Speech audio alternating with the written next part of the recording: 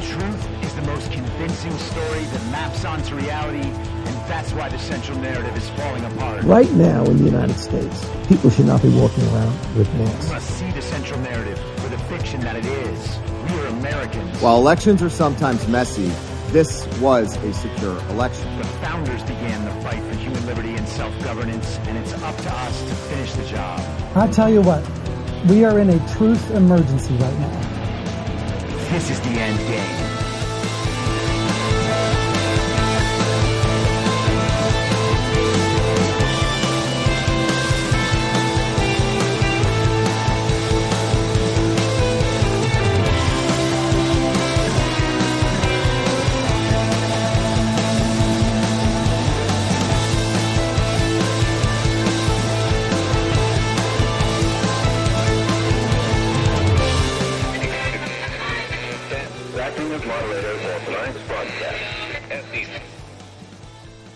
It's Friday, June 28th, 2024, the 1255th day of dystopia. I'm your moderator, Chris Paul. Let's be reasonable. A warm welcome and hello to all of you listening through a paid subscription at I'mYourModerator.substack.com. You can become a paid subscriber for as little as $50 a year or $5 a month. And when you do that, you'll get the ad-free experience. You'll be able to participate in the conversation over on Substack, and you will be invited to participate in the interactive live streams every Wednesday afternoon.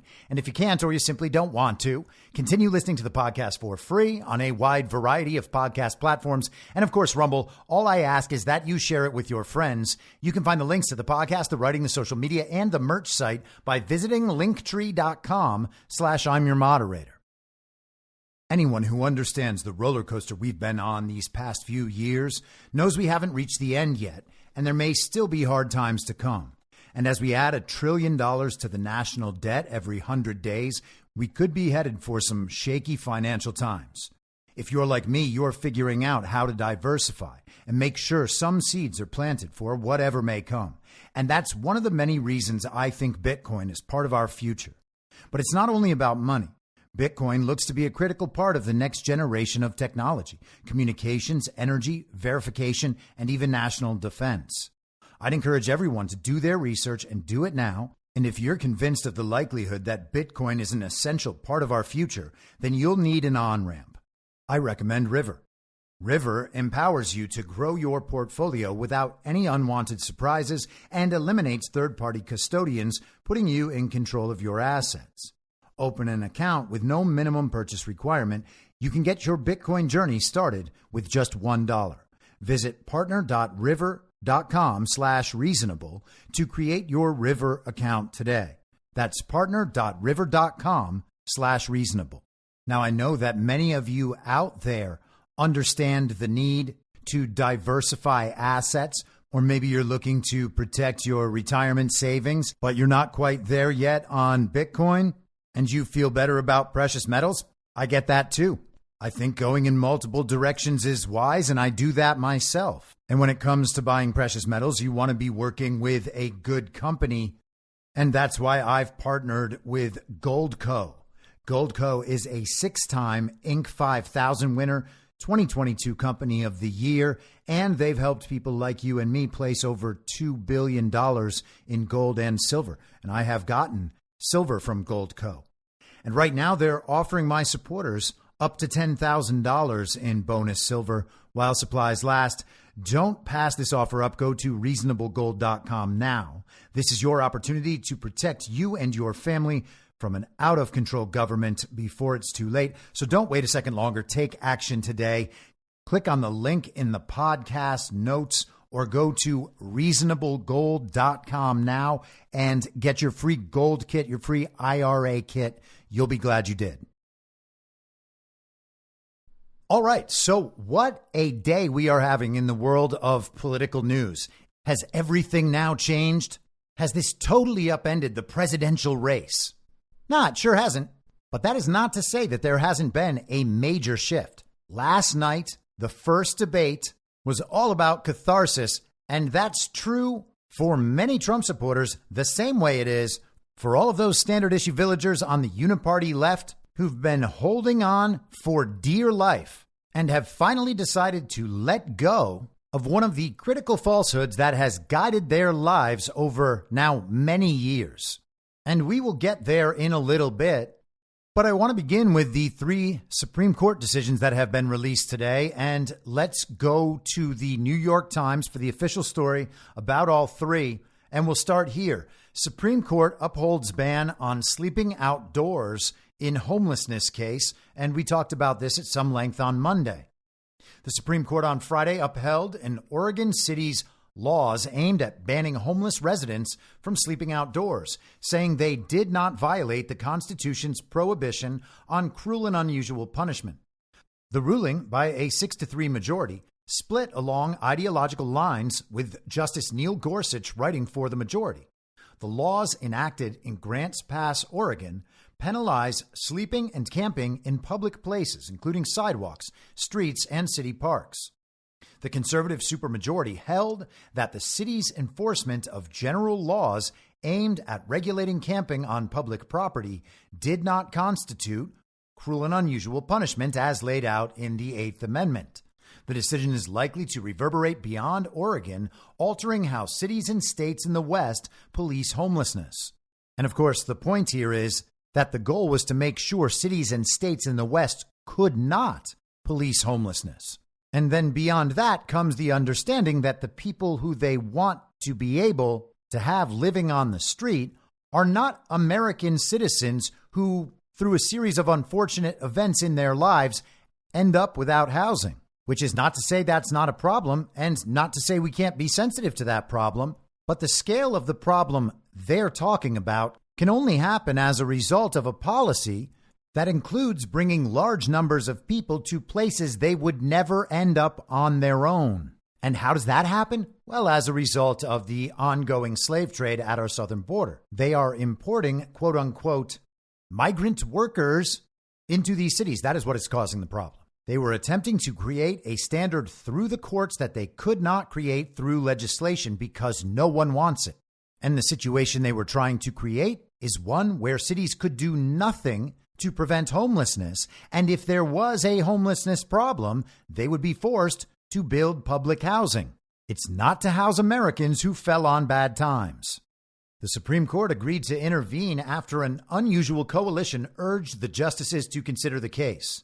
State legislators in Republican-led states like Arizona and liberal leaders like Governor Gavin Newsom of California alike have pointed to a crucial court ruling in 2018 that they say has tied their hands from clearing encampments and managing a growing and increasingly visible crisis, one that, by the way, they have created. What do Arizona and California have in common? Oh, massive populations of illegal aliens.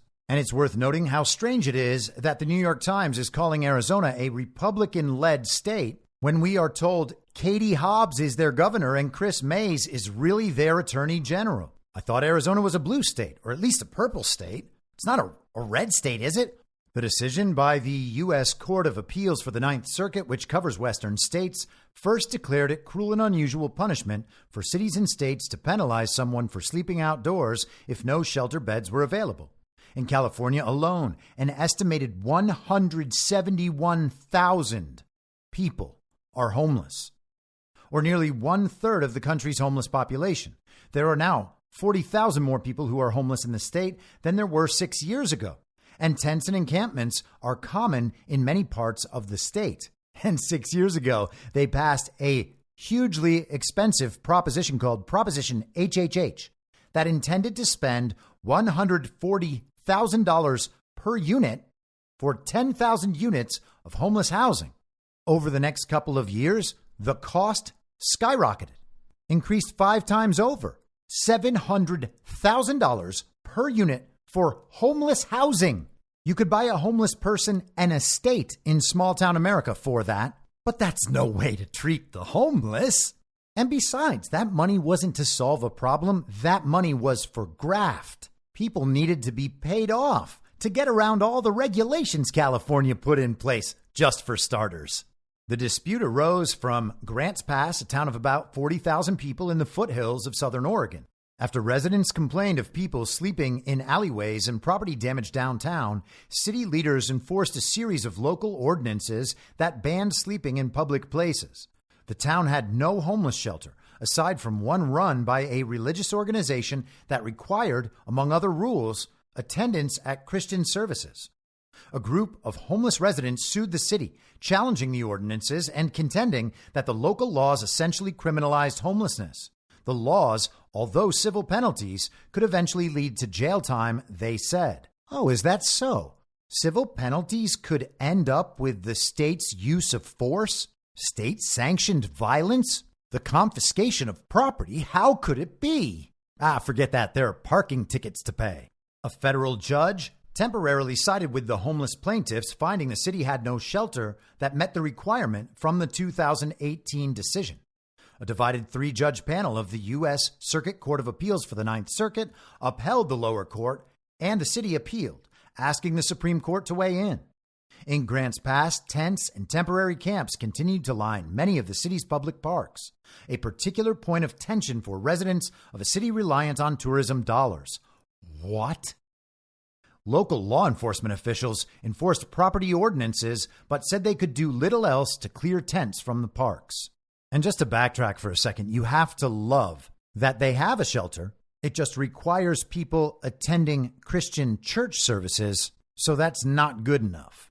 In a lengthy and at times contentious oral argument in late April, questioning from the justices reflected the complexity of the debate over homelessness.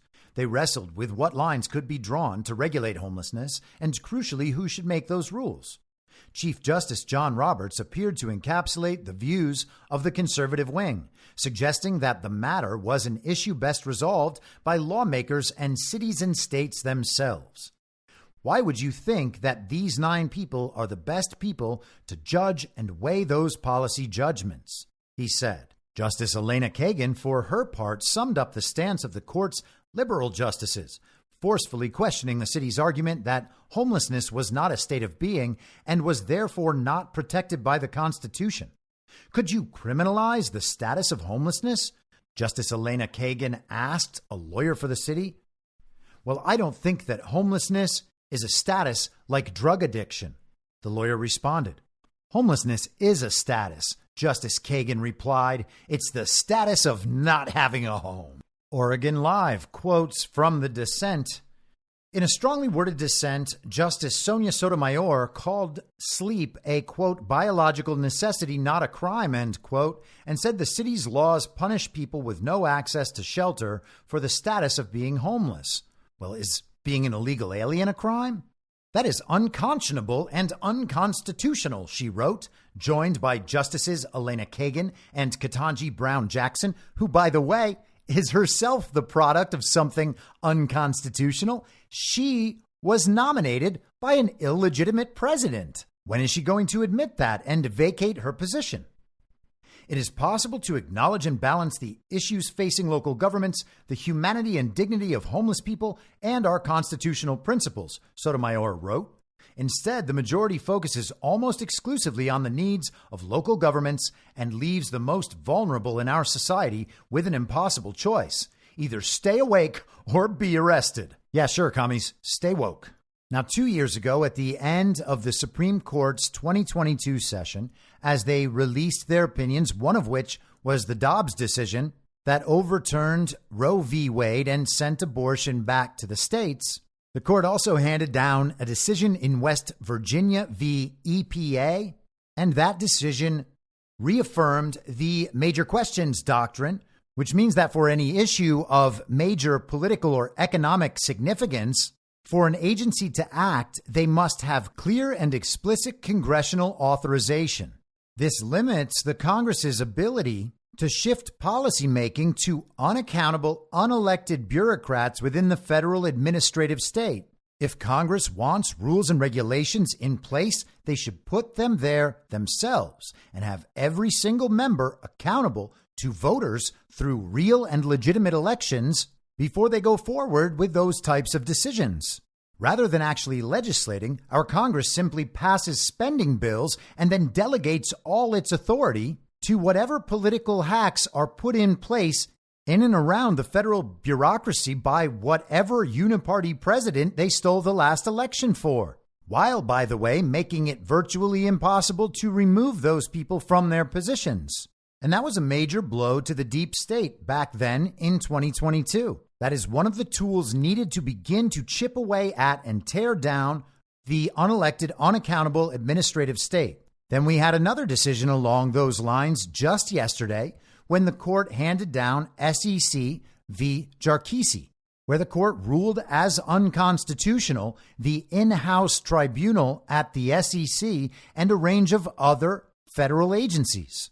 The situation as it existed was that the SEC, with their in-house tribunal, could serve as accuser, prosecutor, judge, jury, and executioner. At that point, they're basically just running a protection racket. They can accuse this or that business of violating this or that SEC regulation, and then knowing that the business does not want to disrupt their flow of business, nor destroy the public reputation of their company, they'll simply agree to a settlement and pay off whoever they need to pay off. That's a protection racket. That's extortion. That is unaccountability, and it violates the constitutional right to a jury trial. That is what the court ruled yesterday, and this is another massive blow to the unelected, unaccountable federal bureaucracy. And the Supreme Court delivered another major blow today. Back to the New York Times again. Here's what the court's Chevron ruling could mean in everyday terms. The Supreme Court's decision on Friday to limit the broad regulatory authority of federal agencies could lead to the elimination or weakening of thousands of rules on the environment, healthcare, worker protection, food and drug safety, telecommunications, the financial sector, and more. The decision is a major victory in a decades-long campaign by conservative activists to shrink the power of the federal government, limiting the reach and authority of what those activists call the administrative state. You see, the administrative state itself is a conspiracy theory. These are just nonpartisan civil servants doing the best they can to serve America. If you call it an unelected and unaccountable bureaucracy, that's a conspiracy theory.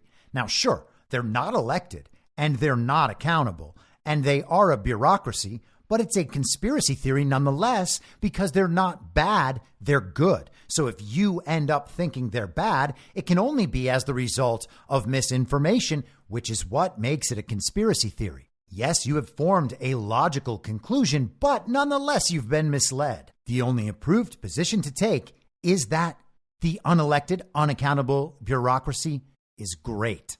The court's opinion could make it easier for opponents of federal regulations to challenge them in court, prompting a rush of new litigation, while also injecting uncertainty into businesses and industries. Oh no, how will they figure it out? Will they just use market forces instead of having the government figure it out for them? The horror.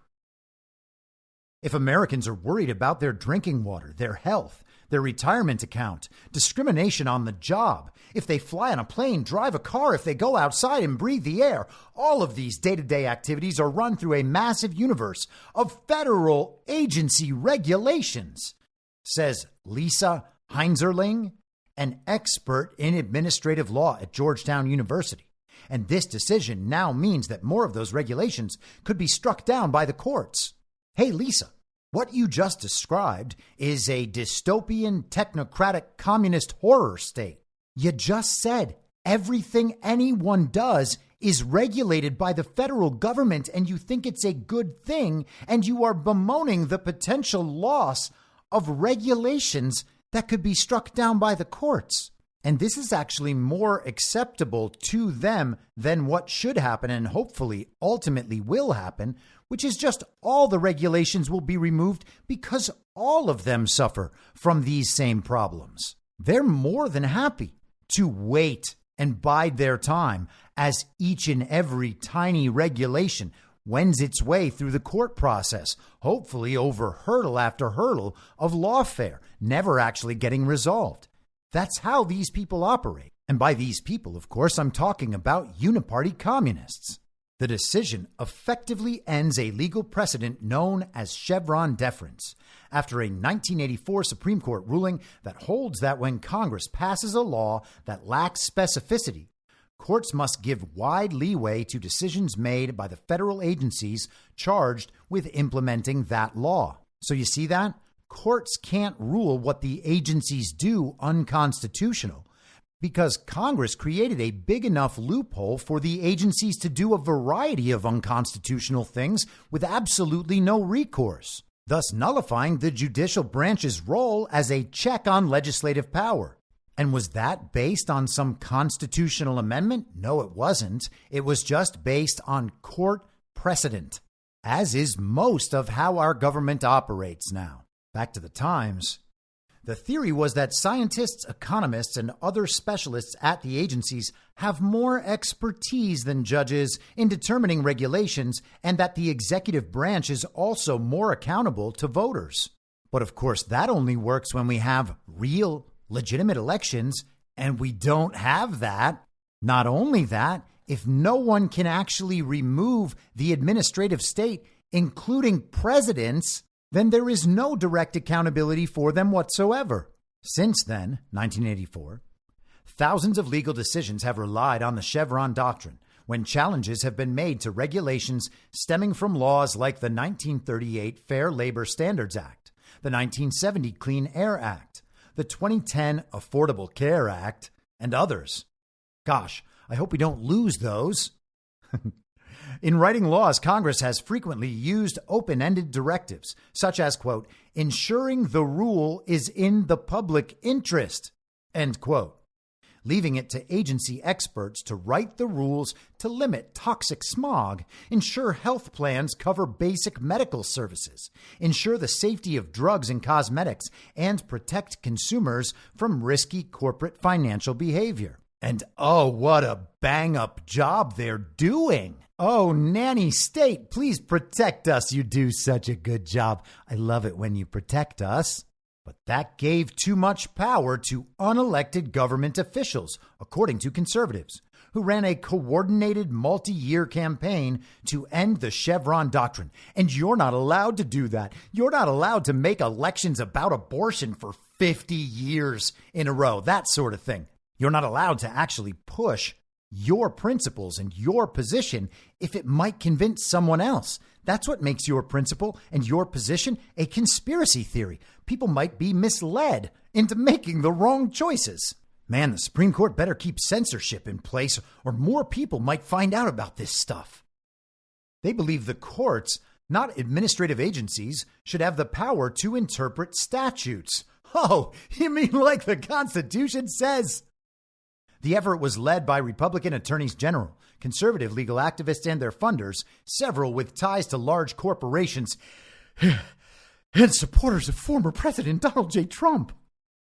Overturning Chevron was a shared goal of the conservative movement and the Trump administration. It was expressed constantly, said Mandy Gunasekaran, who served as chief of staff at the EPA under President Trump and has helped write Project 2025, a policy blueprint for the next Republican administration.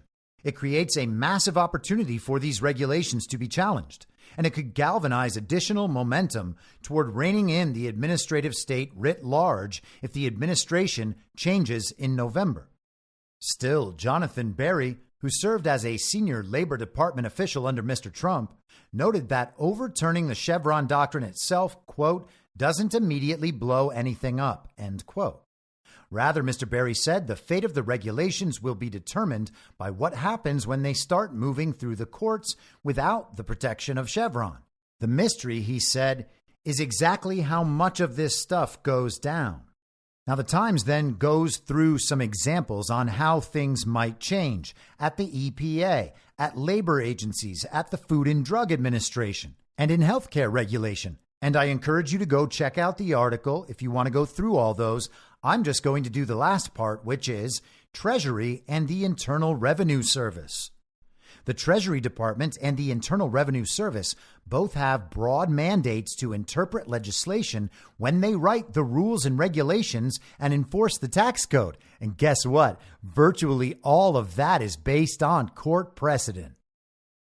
Since the Inflation Reduction Act passed in 2022, the Treasury Department has been racing to roll out regulations related to billions of dollars of clean energy tax credits that provide huge incentives for things such as the manufacturing of batteries or the purchase of electric vehicles. The Treasury Department has received pushback from some lawmakers who contend that it has not followed the intent of the law. Although Congress creates the tax code through legislation, the IRS has wide latitude in how tax laws are administered. Accounting experts have suggested that the court's ruling could complicate the agency's ability to regulate the tax code without specific direction from Congress. Whoops, I guess. Crazy that they've never had that. And they've just been doing it this way the whole time. And people can't wait to keep paying them more taxes. A recent example is how the agency last year delayed enforcement of a contentious tax policy that would require users of digital wallets and e-commerce platforms to report small transactions. The new provision was introduced in the tax code in 2021, but was strongly opposed by lobbyists and small businesses. The IRS received criticism from some lawmakers for delaying the policy, but the agency defended its decision by arguing that taxpayers needed a longer transition period before the measure should be enforced to avoid a chaotic tax season. Yeah, again, sure thing, commies. Good luck next April. It's not just that we're paying taxes to pedophiles, it's that we're paying unconstitutional taxes to pedophiles. And with that, let's move to Supreme Court decision number 3. Once again, this is the New York Times from today. Supreme Court rules for member of J6 mob in obstruction case. And you gotta love how they just can't resist using words like mob, even though they have politically persecuted people now for 3.5 years. The Supreme Court sided on Friday with a member of the mob that stormed the Capitol on January 6, 2021, saying that prosecutors had overstepped in using an obstruction law to charge him. The ruling may affect hundreds of other prosecutions of rioters, as well as part of the federal case against former President Donald J. Trump, accusing him of plotting to subvert the 2020 election. But the precise impact of the court's ruling on those other cases was not immediately clear. Chief Justice John Roberts, writing for the majority, read the law narrowly, saying it applied only when the defendant's actions impaired the integrity of physical evidence. Lower courts will now apply that strict standard, and it will presumably lead them to dismiss charges against many defendants. The vote was 6-3, but it featured unusual alliances. Justice Ketanji Brown Jackson, a liberal, voted with the majority. Justice Amy Coney Barrett, a conservative, wrote the dissent. Most J6 defendants have not been charged under the law, which prosecutors have reserved for the most serious cases. And those who have been charged under it face other counts as well. The defendant in the case before the justices, Joseph W. Fisher, for instance, faced 6 other charges. Nor was it clear that a ruling in Mr. Fisher's favor would erase the 2 charges against Mr. Trump under the law. Jack Smith, the special counsel overseeing the federal election interference case against the former president, has said Mr. Trump's conduct could be considered a crime even under a narrow reading of the law. Sure it can. By the way, they never mention that Jack Smith was illegitimately appointed. Jack Smith's work carries as much weight as the sham J6 committee. I know, I'm a conspiracy theorist for saying that. I'm not taking it seriously enough. That's because it's a joke. It's a joke that is sustained by everyone else taking it so seriously. And ancillary to that, not to tangent too far, as I mentioned yesterday on social media, no, I'm not going to stop calling things fake, no matter how much people demand that I do. In fact, I am going to begin demanding that people stop calling things real just because they saw them happen on TV and read about them in the newspapers and saw people discuss the TV and the newspapers on social media. In any event, the former president faces 2 other charges unrelated to the law, part of the Sarbanes-Oxley Act of 2002, which was in response to the Enron case, accounting issues, documents issues. It's preposterous that any of that was ever used to attempt to punish people for J6 in the first place. In a separate case, the justices will soon decide whether Mr. Trump is immune from prosecution. The court's ruling could render moot questions about whether the 2002 law covers his conduct. The Supreme Court has said that the purpose of the law, prompted by accounting fraud and destruction of documents, was, quote, to safeguard investors in public companies and restore trust in the financial markets following the collapse of Enron, end quote. The question for the justices in the case was whether the law could be used to prosecute Mr. Fisher, a former Pennsylvania police officer. According to the government, Mr. Fisher sent texts to his boss, the police chief of North Cornwall Township, Pennsylvania, about his plans for January 6th. It might get violent, he said in one. In another, he wrote, they should storm the Capitol and drag all the Democrats into the street and have a mob trial. Gosh, it's just too perfect, isn't it? Prosecutors say that videos showed Mr. Fisher yelling, "Charge!"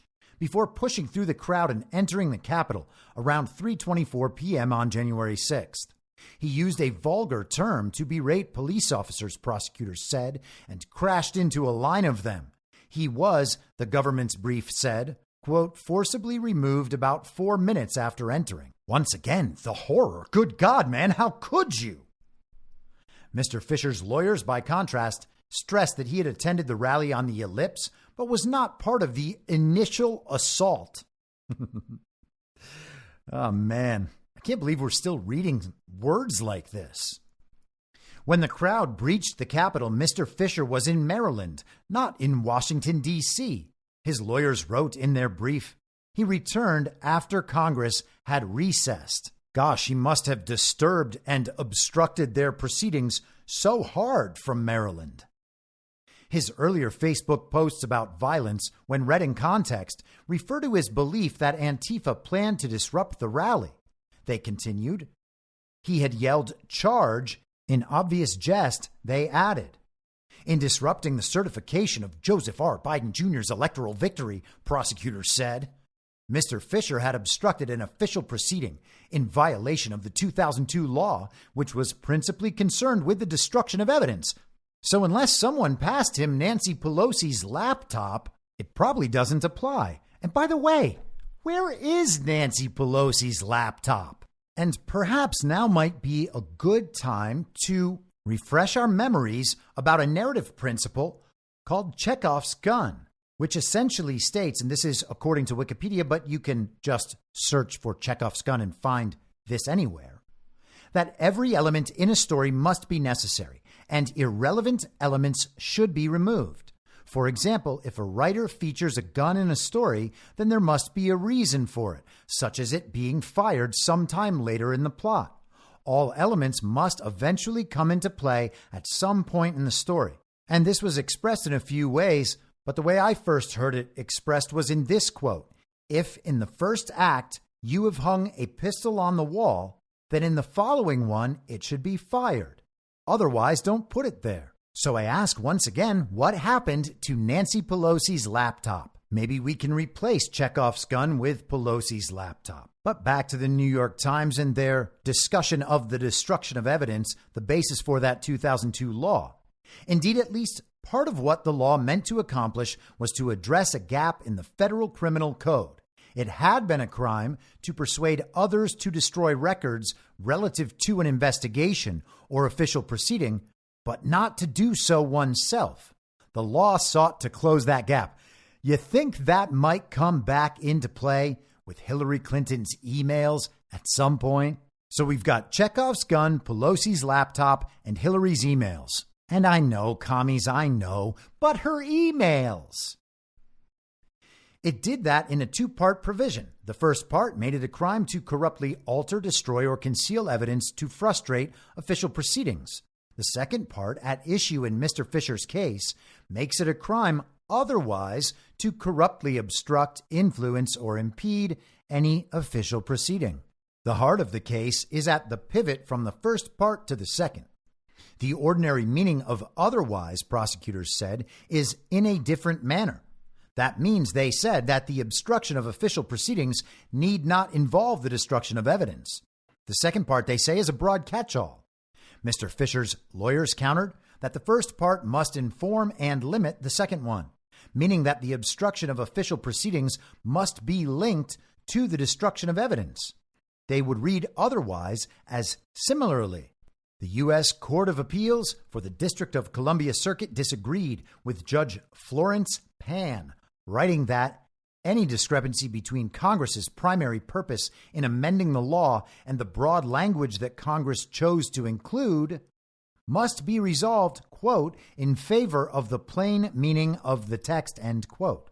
In dissent, Judge Gregory Catharsis wrote that the second part of the provision applied, quote, only to acts that affect the integrity or availability of evidence, end quote.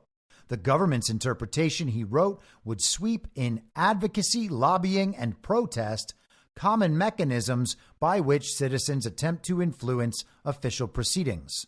And so the very same Supreme Court justices sided in our direction on all three of these cases, which is cool and all, but weren't people just demanding they all be hung like 2 days ago after misunderstanding a social media case about standing? It will be very interesting to see over the next 3 years exactly how this decision comes into play in future cases about the corrupt destruction of evidence in order to obstruct official proceedings.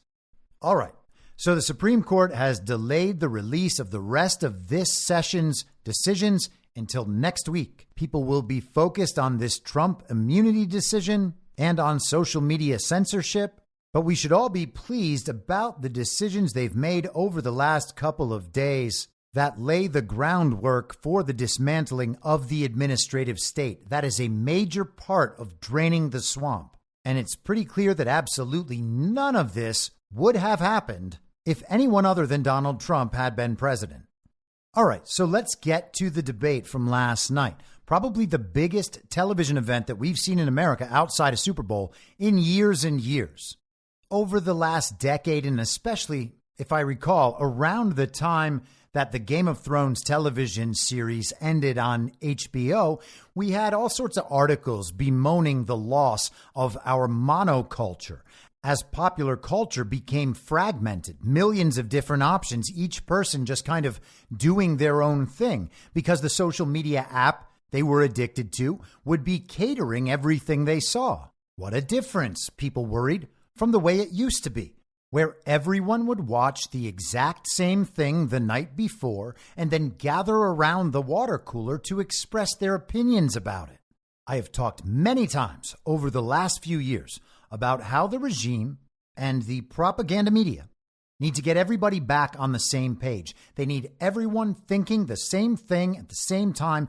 They need everyone's attention focused on the same object so that that focus can be captured and then redirected in a way that suits their purposes for the implementation of their agenda. That has become increasingly difficult for them because they have lost control over the means of information. No matter what they have attempted over the last few years, no matter how scandalous, no matter how violent, they have not been able to get everyone back on the same page. Now, last night, at least to some degree, that happened. People are talking about the same things today. Oh, wow, Joe Biden really is incompetent and incapacitated. Maybe we should replace Joe Biden on the Democrat ticket. Oh, wow, the country is actually in danger with this invalid as president. Perhaps he should be removed with the 25th Amendment. There are a series of conversations happening, most of them centered on those few subjects, and everyone is expressing their emotional reaction and attempting to rationalize that by repeating the opinions of some authoritative source and then arguing that their position is the correct one based on that source's prominence and reputation.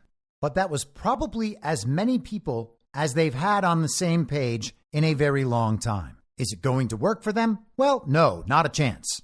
But they gathered a little momentum for a little while, I guess. And before we get in this, I want to frame things a little bit, lay down some caveats. And the first is that back in the fall of 2020, if you were listening to the show, you would have heard me wondering about how they could have possibly selected Joe Biden, knowing that he was corrupt, knowing that he had, in fact, a history of political corruption in office that goes back through the 5 decades of his political career.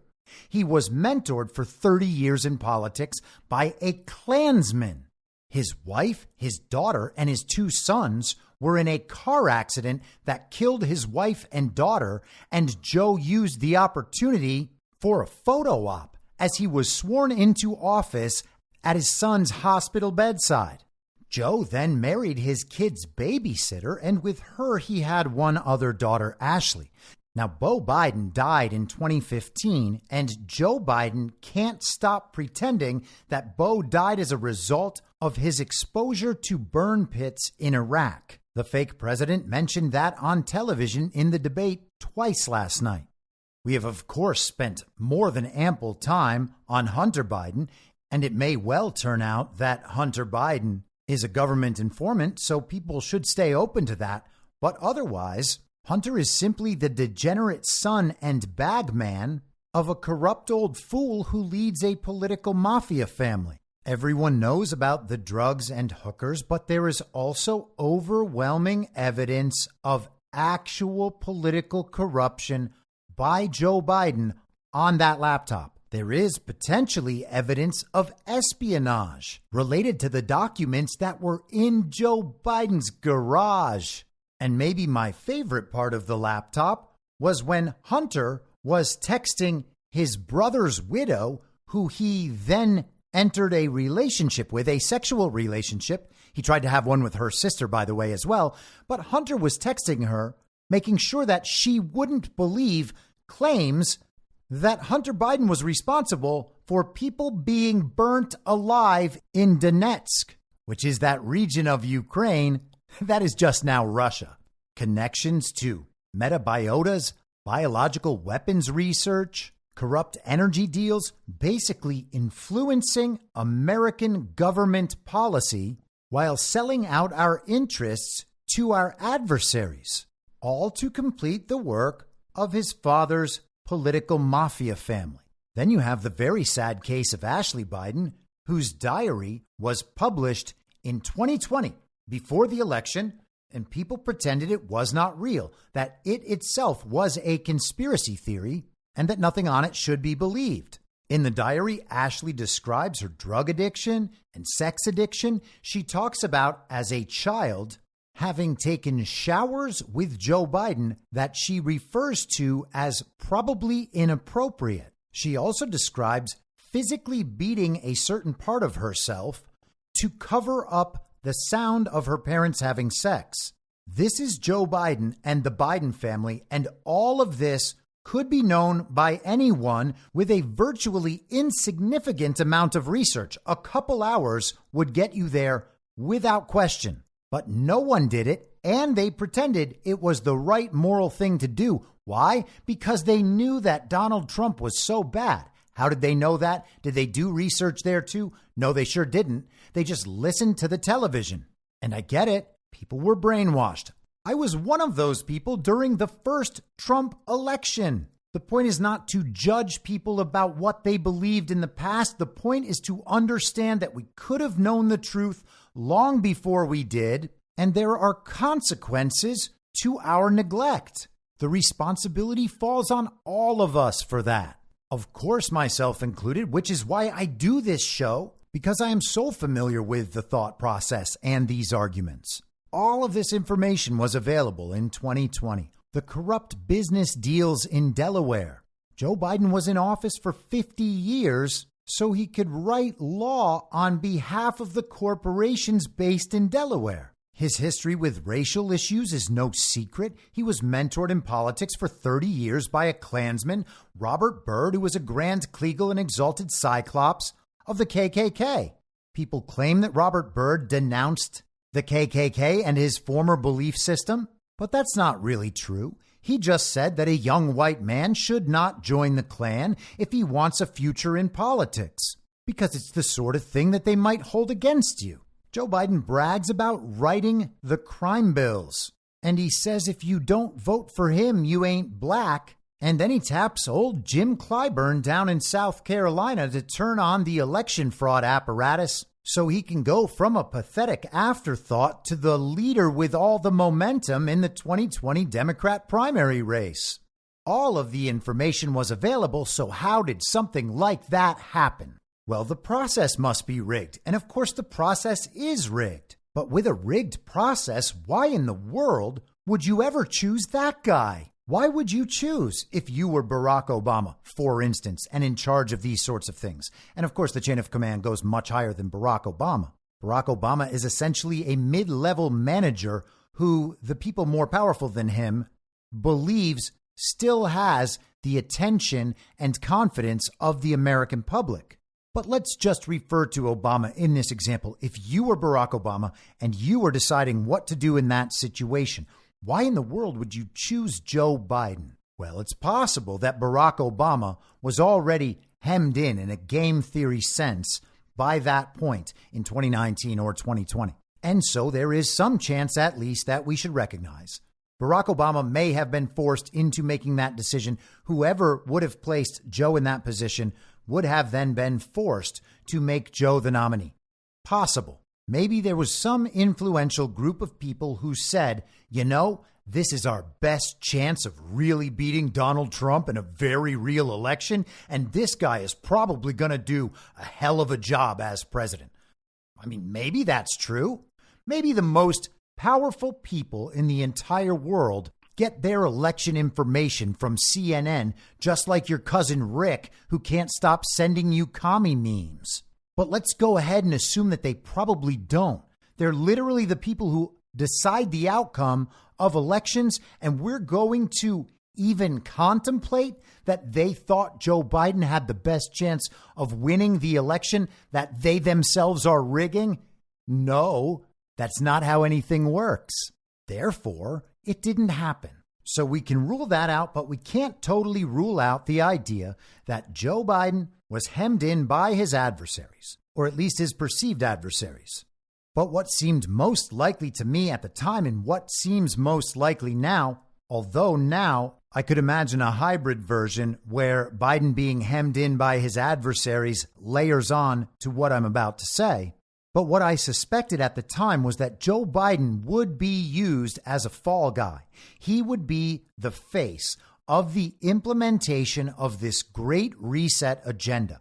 What they have done over the course of the last 3.5 years, at least what is publicly projected, is progress toward the implementation of that agenda. And we should be crystal clear that no matter how good the people in positions of extraordinary power believe themselves to be, and no matter how thoroughly they've convinced themselves that their agenda will be good for quote unquote everybody else, they are not confused about whether or not that agenda is actually popular. They know it's not. They have been working for decades to convince people that that agenda is necessary and giving them reasons to like it, and that project has failed. People do not want the implementation of that agenda. And so if you are going to force the implementation of that agenda, knowing that people will revolt in response, you need to give them someone to blame it on. And there is a long history of this. They will accept some level of responsibility through a series of limited hangouts. And no matter how many other people are swept up in that web, that net of responsibility, all of the blame will be focused on one or a handful of very particular targets. And so I said back then, it was pretty clear to me that Joe Biden would be used as a fall guy. They could implement the agenda under the fake president, understanding that no matter how much of it eventually was divulged, including his illegitimacy, which is still coming, all of that would be put at Joe Biden's feet. Joe Biden would then be ritually shamed and humiliated. In a reputational sense, he would be sacrificed in public, and all of the status, all of the social credit he had earned as an upper-level member of the party of false decorum would all be wiped away. And then in the future, if things work out, they can just revise history and make it so Joe Biden doesn't appear so bad. He was a decent man who made some mistakes. He was truly a moderate, but his progressive tendencies took over and maybe things went a little too far. The public, you see, they wanted a response to Donald Trump, and Joe Biden was their best bet. They got some of the things they wanted and some others that they didn't want so much, but such is life. Joe Biden's not that bad. Let's focus on the good things. That's basically how people think of George W. Bush at this point. I talked a week or so ago about the Joe Biden delegitimization tour. That is clearly in full effect. He was ritually sacrificed. His reputation was last night in front of the world. And they're not even waiting for 50 years to revise the history. They're doing it today in real time, laying down a record that in 50 years people might read and think, oh, you know what? There was actually a lot of reporting at that time that said Joe Biden gave a great debate performance. In fact, Donald Trump lied so much as people thought Joe Biden did bad, they thought Donald Trump did even worse. In a real sense, the shaming of Joseph Robinette Biden has not even begun yet, but they will escalate his shaming until the public feels as though their appetites have been sated. And if they are able to replace Joe Biden, people will immediately revert to saying that anyone who complains about Joe Biden is focused on the past. And if they are successful in all of this, they will have successfully laundered the guilt of a government and society encompassing network of political criminality, as the sovereignty of the United States was subsumed into the global regime as all of these people got spectacularly wealthy. Considered in that light, how valuable is Joe Biden? Joe Biden is a vessel for all of the accountability, for all of the guilt of the global regime in America, the Uniparty faction, over the last 50 years. And people, by and large, would accept that. And so I've observed the last 3.5 years of this ridiculous dystopian fake presidency with all of that in mind.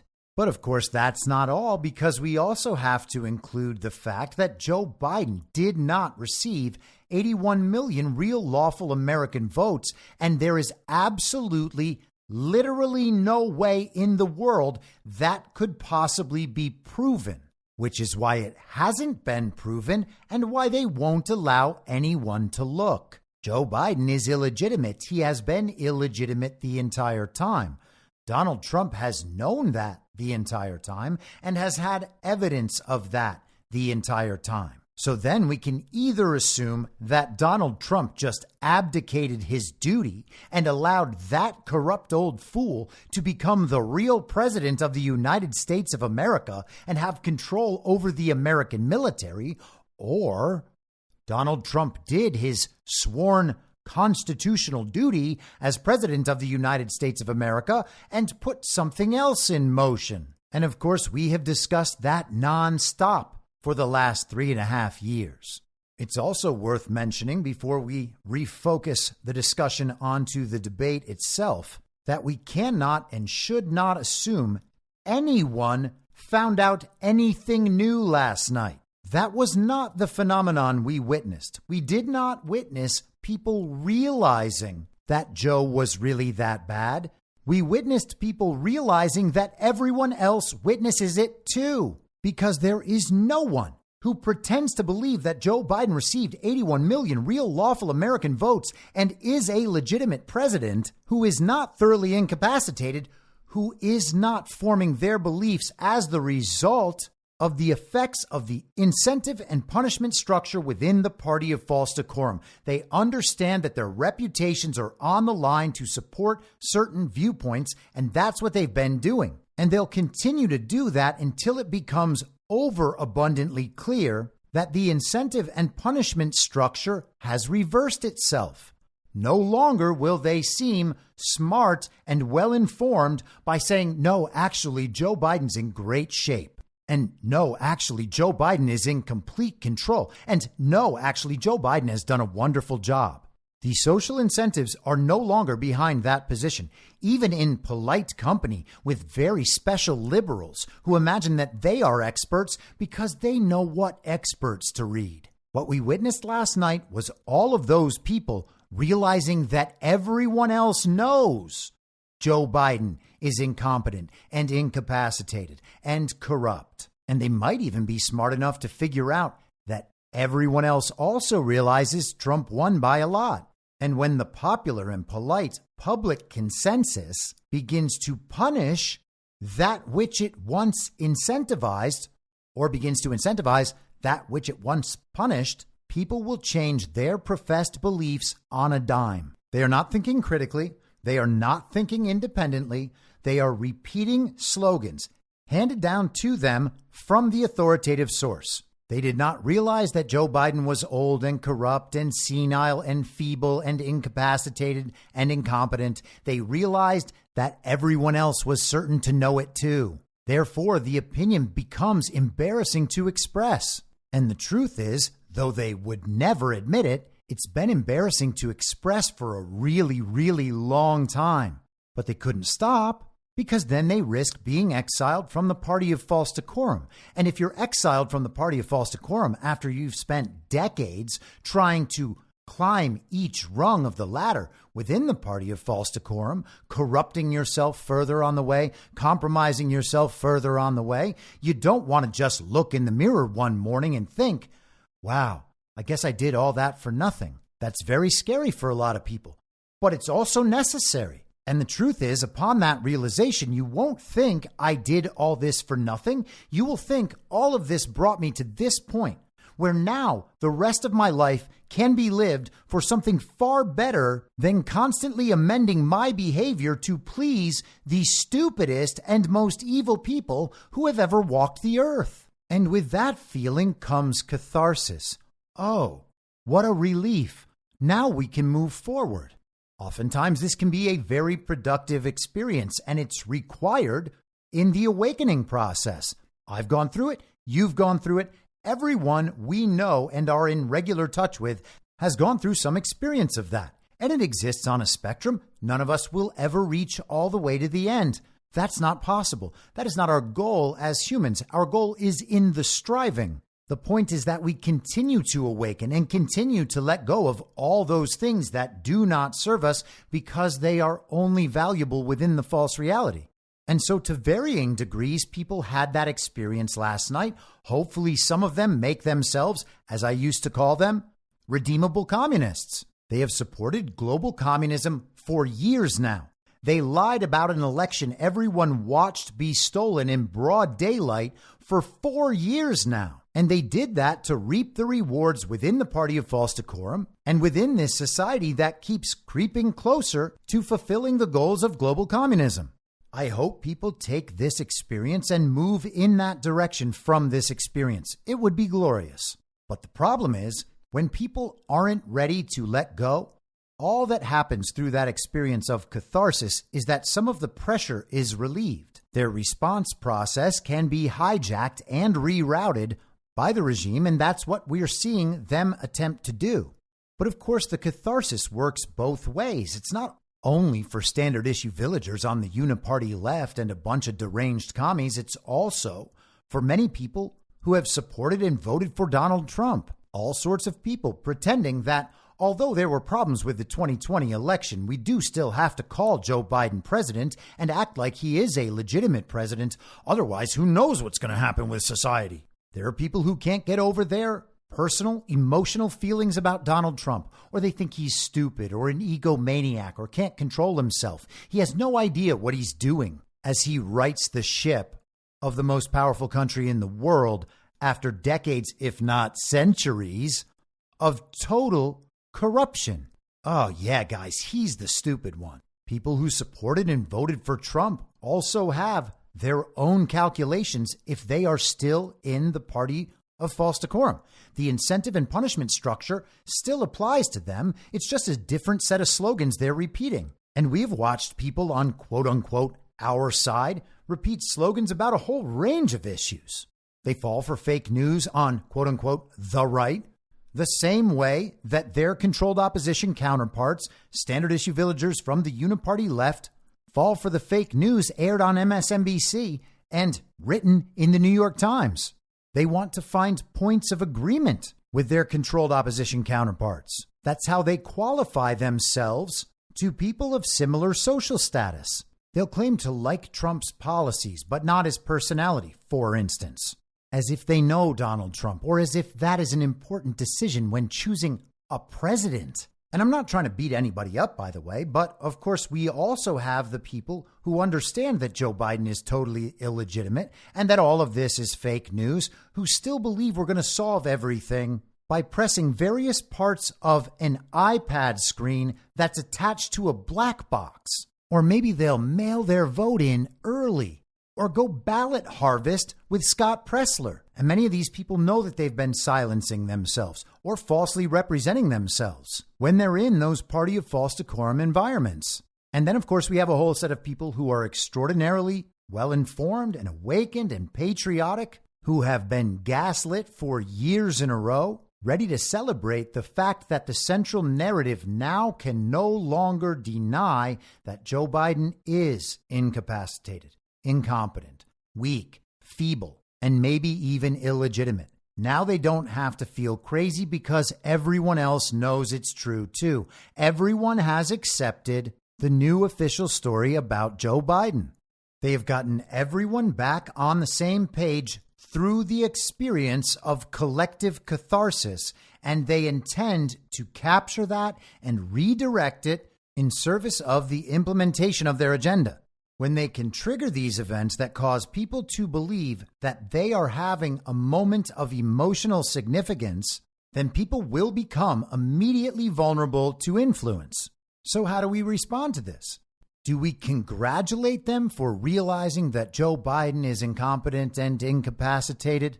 Well, no, because that's not what they realized. They just realized that everyone else knew it. And I'm not suggesting that we not be kind. I'm just suggesting that we continue to tell the truth. And the truth is that Joe Biden is not a real president. And Donald Trump never conceded. And Donald Trump actually does have all of the evidence to prove that Joe Biden is an illegitimate president. And under this collection of circumstances, we can't possibly imagine that this is a real, normal presidential campaign. In fact, the debate we watched last night was held 2.5 months earlier in the calendar year than any prior presidential debate has ever been held. The candidates aren't even nominated yet. So why, when this moment of collective catharsis happens, would we just allow ourselves to be directed wherever the television now tells us? They've gotten us back on the same page, and now they have us and all of the people who have been lying nonstop about these things for the last 4 years on the same page together. I wonder if we can lead them in the same direction. And of course, that's what the last now 18 hours has been about. Everyone's back on the same page through collective catharsis. Let's capture it and redirect it. The question is, redirect it toward what? And the answer is exactly what I proposed at the beginning of this conversation. Making Joe Biden the fall guy. Make him the vessel for all of the fraud, all of the corruption for the last 50 years. And then replace him with someone who has a clean slate and will continue the exact same agenda while they present him as a total alternative who has gone in a different direction.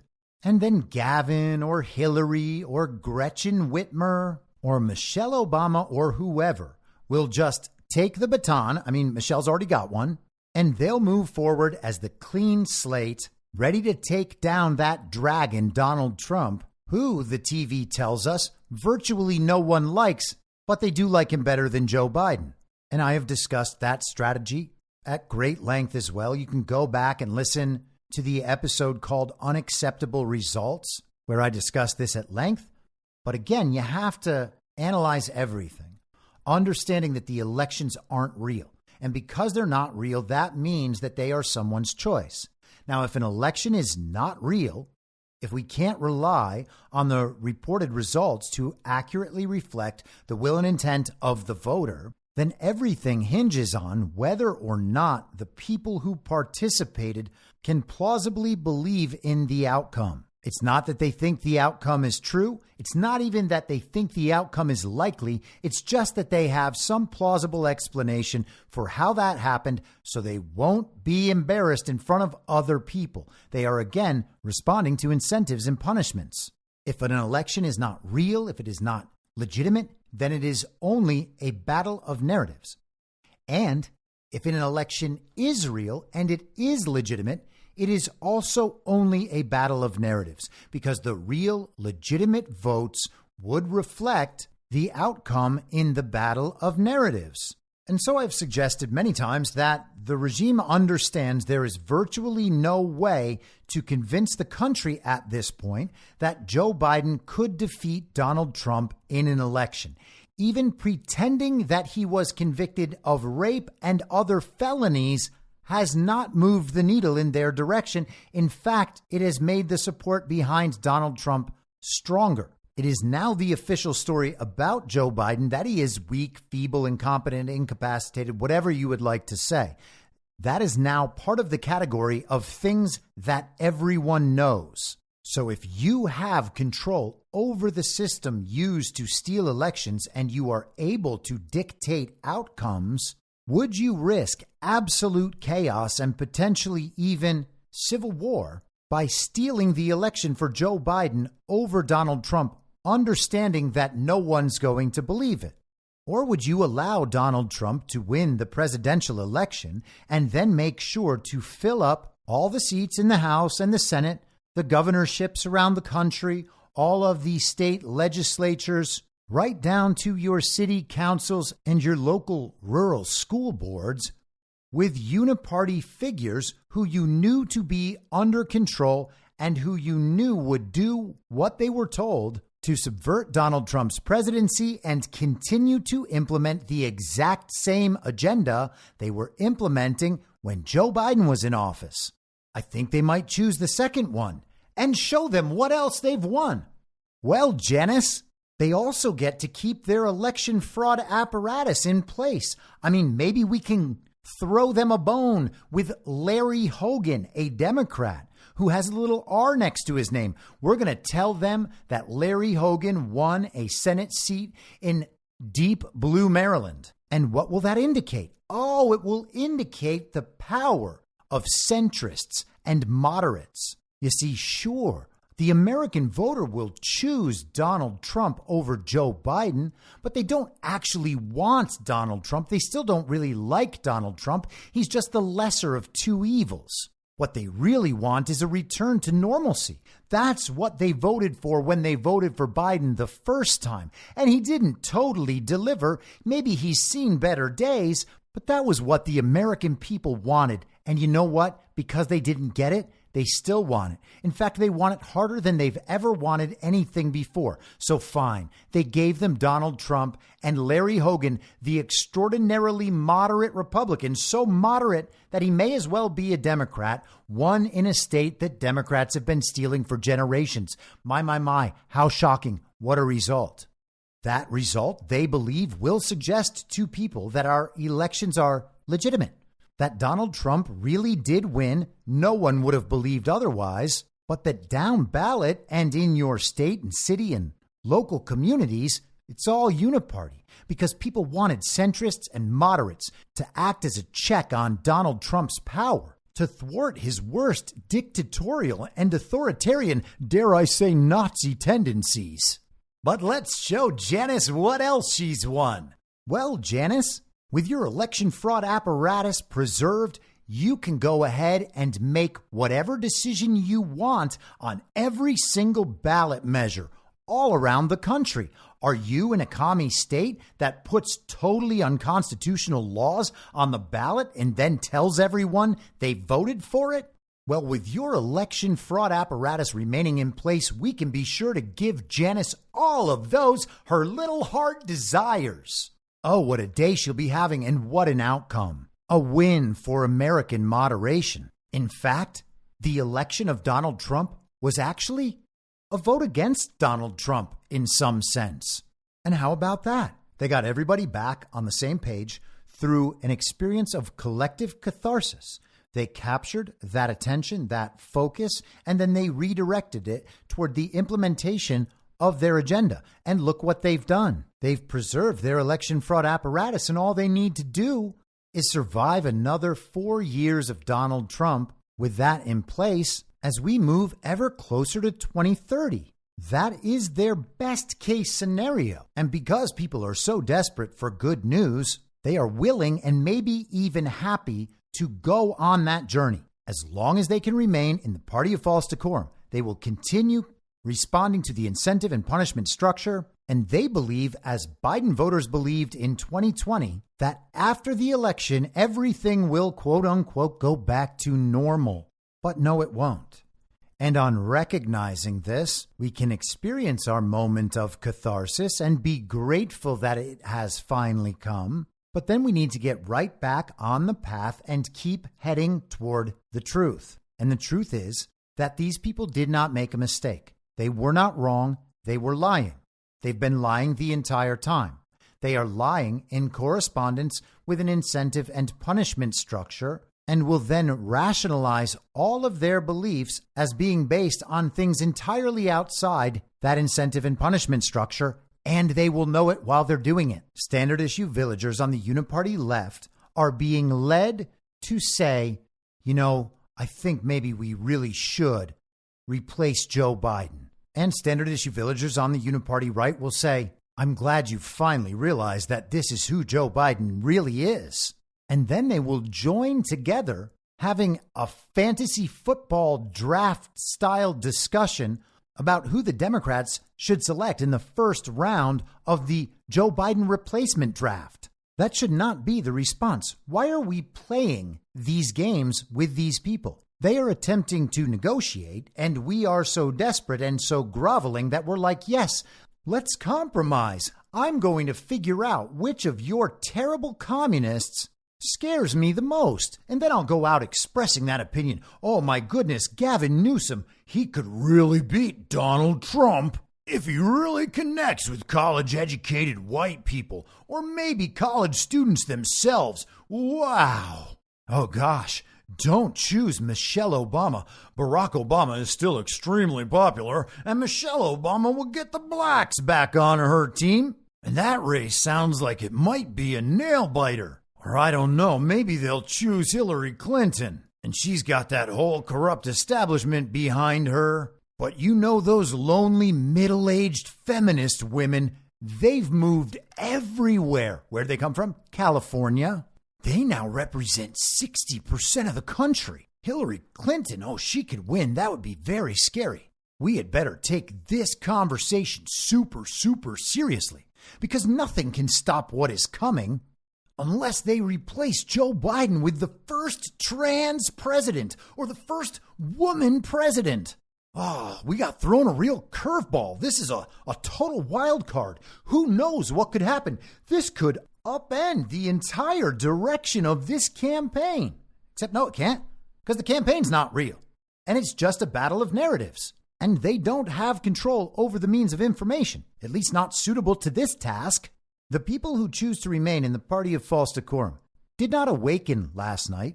They had a moment of catharsis that was then redirected. What they experienced was relief. This allows them to move forward in a new direction positively. And that will happen again if somehow, I don't think it will happen, but if they are somehow able to replace Joe Biden, some of them will feel an all new sense of momentum. And of course, that response will be reinforced constantly on television. They aim to maintain the impression that Donald Trump somehow is not overwhelmingly popular when he absolutely is. And the people still under the sway of the central narrative, still committed to the incentive and punishment structure within the party of false decorum, will aid them on their way. But let's not be fooled. What they are doing is attempting to negotiate a way out. Okay, Joe Biden's bad. We get it. But you know what? We're going to replace him. And once we replace him, you can't blame us for Joe Biden anymore. I mean, you're welcome to, but we'll make fun of you for doing it. There will be no social reward for you if you continue to hold us responsible for lying about Joe Biden the last 3.5 years. We've moved on. You should as well. With Joe Biden removed, whatever presidential campaign is happening becomes a toss-up. or so they believe, they will add an unknown variable, and that is going to at least make everything questionable. It is a lot easier to convince people that some abstraction could conquer Donald Trump than Joe Biden. And again, there's no way they're going to do this that works, but it's still worth understanding the strategy. They are negotiating their way out of responsibility for lying about Joe Biden, for lying about election fraud. Because you know what it means that people have lied as their country was overthrown about something as fundamental as stolen elections? That is not going to be a mark of character. Joe Biden's voters don't want to assume that burden. Neither do Joe Biden's supporters in the Republican Party, like all of the people who joined the Ron DeSantis op. Donald Trump had an election stolen from him. If you are then supporting the opponent of the person from whom the election was stolen, then you are participating in sealing the deal on that usurpation. And that's exactly what they did knowingly, which is why it was well worth the time to throw it in their faces. The goal is to make Joe Biden the fall guy, make him the vessel for all of the guilt, all the accountability, and then replace him, knowing that whatever level of chaos or unrest or destabilization follows the quote-unquote election, Joe Biden will be soon forgotten and everyone can talk about how it's time to move on. What we saw last night on the part of the Uniparty was a collective reaction to a more or less scripted event designed to redirect that collective catharsis toward replacing Joe Biden so everyone who has lied for years or decades or longer could simply move on, Joe Biden assuming all of the responsibility. And the immediate response by members of the Uniparty left pleading for a Joe Biden replacement was for the Uniparty right to agree with them that Joe Biden needs replaced, as if that just started yesterday. And of course, that's what the 25th Amendment nonsense is for. They didn't say Joe Biden needed to be removed due to his illegitimacy for the last 3.5 years. Not at any point. Not when he was mandating vaccines, not when he was opening the border, and not when he was starting fake foreign proxy wars. They didn't suggest Biden be replaced due to his illegitimacy, the fact that he didn't win 81 million real lawful American votes, and that the elections in states were fraudulently certified and then fraudulently certified at the federal level too. And sure, they've complained about him very consistently, but never about his legitimacy, and always avoiding any discussion of that 2020 election. And how do they excuse that, by the way? Well, they pretend to have accepted the mainstream media's story about how there's no evidence or baseless claims or Trump just didn't get it done. He didn't get those court victories. So now we just have to grovel. Joe Biden last night was no different than Joe Biden in 2020, at least in terms of available public knowledge. If their goal is to replace Biden, we don't need to help them achieve their goal. Talk of Biden at this point is a distraction. Joe Biden's not doing anything. Joe Biden doesn't have the power to do anything. Joe Biden is a symbol he always was. He is there to be a fall guy. There's nothing bold about taking down the fall guy on behalf of the people who set him up specifically to be taken down this way. We do not need to let these people off the hook. When people suggest that Joe Biden be replaced, the answer is not to have a conversation about his likely replacement and to worry about how that might affect the race. We don't even have real elections right now. It's hard for me to believe that people even perceive things through the scope of elections at this point. The elections aren't real. They can either steal it or they can't.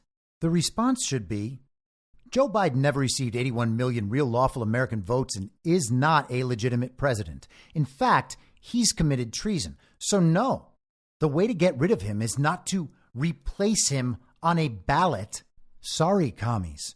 And the truth is, as soon as everyone knows that, and we're going to make sure that everyone does, they're not going to vote for your replacements either. You're more than welcome to give them all tryouts at the Democratic National Convention, but none of it's going to work. None of it. Zero. There will be no compromise. There will be no negotiation. None of it will work. We have already done the work on all of your favorite candidates. Not a single one of them stands a chance.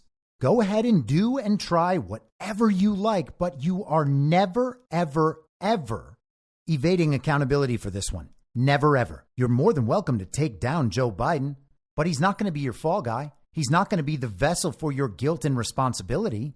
Sorry, commies, no deal. Not going to grovel this time. So let's get to some of the debate last night, some of the reaction. And I want to start with just a couple clips from the debate that I don't think will get a whole lot of talk, but I think are interesting nonetheless. And the first is from the discussion over the Ukraine war and Vladimir Putin. Are Putin's terms acceptable to you? First of all, our veterans and our soldiers can't stand this guy. They can't stand him. They think he's the worst commander-in-chief, if that's what you call him, that we've ever had. They can't stand him. So let's get that straight. And they like me more than just about any of them. And that's based on every single bit of information. As far as Russia and Ukraine, if we had a real president, the president that knew, that was respected by Putin, he would have never invaded Ukraine. Now, we talked about euphemisms a couple of weeks ago. Did we hear a couple euphemisms right there? Because Donald Trump said, a commander-in-chief, if that's what you can call him. And he said, if we had a real president. Now, he didn't misspeak. The words are the words. So is it a euphemism, or did he just mean it literally? And when you make that assessment, understand that Donald Trump has known about the election fraud the entire time. He said exactly how it was going to go down back in the 2020 debate before the election. In fact, here it is. As far as the ballots are concerned, it's a disaster. A solicited ballot, okay, solicited is okay. You're soliciting, you're asking, they send it back, you send it back. I did that. If you have an unsolicited, they're sending millions of ballots all over the country. There's fraud. They found them in creeks. They found some with the name Trump, just happened to have the name Trump just the other day in a waste paper basket. They're being sent all over the place. They sent 2 in a Democrat area. They sent out 1,000 ballots. Everybody got 2 ballots. This is going to be a fraud like you've never seen. The other thing, it's nice on November 3rd, you're watching and you see who won the election. And I think we're going to do well because people are really happy with the job we've done. But you know what? We won't know. We might not know for months because these ballots are going to be all over. Take a look at what happened in Manhattan. Take a look at what happened in New Jersey. Take a look at what happened in Virginia and other places. They're not losing 2%, 1%, which, by the way, is too much. An election could be won or lost with that. They're losing 30 and 40%. It's a fraud, and it's a shame. And can you imagine where they say you have to have your ballot in by November 10th? November 10th. That means that's 7 days after the election, in theory, should have been announced. Okay. We have major states with that. Sir, all run by Democrats. 2 minutes is 2 minutes. All run by Democrats. It's President Trump. It's a rigged election. You're going to be... Are we really supposed to pretend that Trump doesn't know the 2020 election was stolen? Of course he knows. Joe Biden's not a legitimate president. He's not a real president. There's no reason to believe he exercises command over the U.S. military. The idea itself is preposterous. And so the question becomes, is it a euphemism or is it not? You say it's a euphemism because you don't want to engage the conspiracy theory, but it's not a euphemism when I say it. And certainly Donald Trump would reflect my viewpoint about Joe Biden's legitimacy. So again, is it a euphemism? Donald Trump knows all sorts of things we don't know and that the TV won't tell us. And we listen to standard issue villagers when they say, oh, that's just a euphemism. These are the people who pretend to advise Donald Trump from the comfort of their own homes and their keyboards. They say what Donald Trump should do, who Donald Trump needs to choose as vice president in order to win everybody's votes. Hey, everybody, form an independent thought on your own. Donald Trump knows Joe Biden's illegitimate. A commander-in-chief, if that's what you can call him.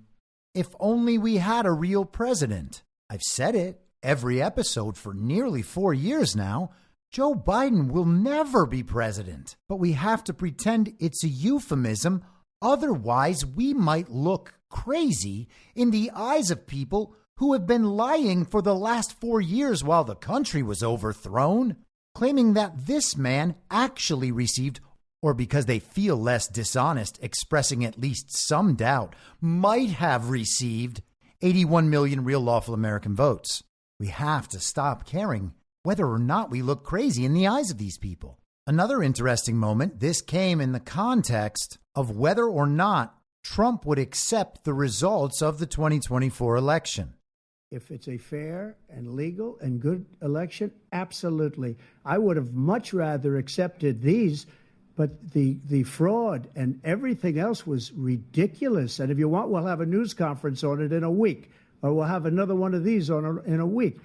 But I will absolutely, there's nothing I'd rather do. It would be much easier for me to do that than I'm running again. I wasn't really going to run until I saw the horrible job he did. He's destroying our country. I would be very happy to be someplace else, in a nice location someplace. And again, no indictments, no political opponent stuff, because it's the only way he thinks he can win. But unfortunately, it's driven up my numbers and driven them up to a very high level because the people understand it. Now, that's a very good, solid answer, but I'm not so concerned with the answer. I'm concerned with something he said inside that answer. He mentioned that he'd be happy to give a press conference in a week about election fraud. And then he offered to have a debate in a week with Biden and discuss election fraud. But I want to bring you back to last August. Remember when the Fani Willis indictment came down in Fulton County, Georgia? The indictment, you might remember, was released on the court website and then pulled back, creating a false start. It was released again later that evening, much like the Supreme Court decision the other day and much like the Supreme Court's release of the Dobbs decision that came out a month before it was officially released. A pattern that we've now seen a number of times. Is that all a coincidence? Of course it's not a coincidence. It's a narrative manipulation. But that's not what I want you to remember. Almost immediately following the announcement of that indictment, Donald Trump said he would be having a press conference to go through Georgia election fraud because it was totally proven. And then that didn't materialize and everyone forgot about it. So now we have Chekhov's gun, Pelosi's laptop, Clinton's emails, and Trump's election fraud report. Will we see them again? Yeah, we sure will. We didn't get that press conference last year, but he just threatened another one, and that is a threat. That is Donald Trump using leverage. He is tightening the screws. Of course, they know he has it, and they know he commands media attention. The only thing in question 3.5 years ago was whether or not the public would believe it. And now he knows beyond a shadow of a doubt that the public will. He can use this at any time. And it's been that way for a long time, which means these Trump deranged communists are basically always under constant threat, which then only makes them crazier and more likely to lash out. These are people who need catharsis and believe they received catharsis. The last thing we want to do is negotiate with these people. And you might say this is the Trump card, but I'm not sure it is because he's got about 100 of these things he can do at any time. That's the sort of thing you're able to accomplish when you have the support of a vast majority of people. And those people are awakening and informing themselves. And they are committed to righting the ship. And the longer this continues, the more people come to our side, the more these people will break down. And maybe some of them will experience that catharsis and begin thinking for themselves and pursuing the truth. But those who follow their persistent pattern of the last few years will allow themselves to be redirected wherever necessary in order to keep the flow of treats coming. And because they don't want to get punished, they think maybe they can keep their head down and they'll just ride this out and pretend they never really believed any of this stuff. They just knew Trump was really bad. They'll wait another 4 years if they have to. You can't just let him off the hook. I mean, look where we are, and the election fraud moment hasn't even happened yet. And one more moment from the debate. There's no reason to focus on Joe Biden and all of the problems he had speaking and thinking, the way he looked, etc. I get it. Everybody's going to cover that, though. So let's go to what I think might be one of the greatest moments in a televised presidential debate, maybe ever. And no, that's not sarcasm. I am being sincere. I think this is amazing. do you say to voters who have concerns about your capabilities to serve? Well, I took 2 tests, cognitive tests. I aced them, both of them, as you know. We made it public. He took none. I'd like to see him take one, just one, a real easy one. Like go through the first 5 questions. He couldn't do it. But I took 2 cognitive tests. I took physical exams every year. And, you know, we knock on wood wherever we may have wood, that I'm in very good health. I just won 2 club championships, not even senior, 2 regular club championships. To do that, you have to be quite smart, and you have to be able to hit the ball a long way. And I do it. He doesn't do it. He can't hit a ball 50 yards. He challenged me to a golf match. He can't hit a ball 50 yards. I think I'm in very good shape. I feel that I'm as in good a shape as I was 25, 30 years ago. Actually, I'm probably a little bit lighter, but I'm in as good a shape as I was years ago. I feel very good. I feel the same. But I was willing to take a cognitive test. And you know what? If I didn't do well, I aced them. Dr. Ronnie Jackson, who's a great guy when he was White House doctor. And then I took another one, a similar one. And one of them said they've never seen anybody ace him. Thank you. President Biden? You can see he is 6'5" and only 223 pounds, or 235 pounds. Well, you said 6'4", 200. Well, anyway, that's what anyway, just take a look at what he says he is and take a look at what he is. Look, I'd be happy to have a driving contest with him. I got my handicap, which when I was vice president, down to a 6. But by the way, I told you before, I'm happy to play golf if you carry your own bag. Think you can do it? That's the biggest lie that he's a 6 handicap of all. I was an 8 handicap. Yeah. 8. Never. But I have, you know how many? I've seen you swing. I know you swing. Okay, let's not act like children. President Trump, we're going to 21 turn Let's not act like children. to a specific concern. Now, some people might have cringed a little bit over that. That's the party of false decorum creeping in on you. Because while people can choose to focus on this being a little immature, Trump called it out. They're not going to punish him for any awkwardness in his response, talking about the cognitive tests and people who are concerned about his physical and mental fitness for office. That is a media concoction. To believe that is an issue for Donald Trump is to have fallen prey to the central narrative. Now, it's true that anything can happen when you're 78, but also anything can happen when you're 45. He's the best man for the job, and barring some totally unforeseen event, he's going to be just fine. So it's a silly question, but he tries to give a substantive answer anyway. You know he's telling the truth. He definitely knows what he's doing on the golf course. And people have seen how bad Joe Biden is. You can see his golf swing online. Joe Biden has spent virtually his entire quote-unquote presidency hanging out in Wilmington, Delaware, falling off bicycles and sunning his skinny legs on the beach. He wanders off consistently. His body freezes. He can't walk upstairs. Most of the time, he can't even find the stairs. He cannot think in complete sentences, which means he cannot speak in complete sentences. And the fake president, Joe Biden, rather than saying, actually, I'm here to talk about the issues that matter to the American people, not lie about my golf game, which would have been Joe Biden's best line of the night, he instead tries to pretend that he is actually a better golfer than Donald Trump. And in support of that claim, he says he has 2 different handicaps. The entire time, he looks weak and confused and enfeebled. And by the end, he's intentionally trying to be mean, just hoping that will work. But of course, it's not going to work because it's so obvious to anyone watching or listening to that Joe Biden is lying.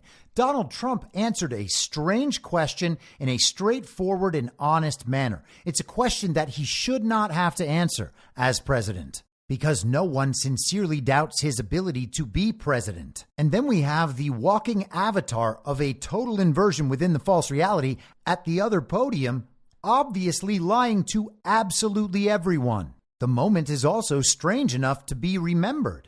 Trump got Joe Biden to lie about his golf game. So obvious, so petty, and yes, so childish.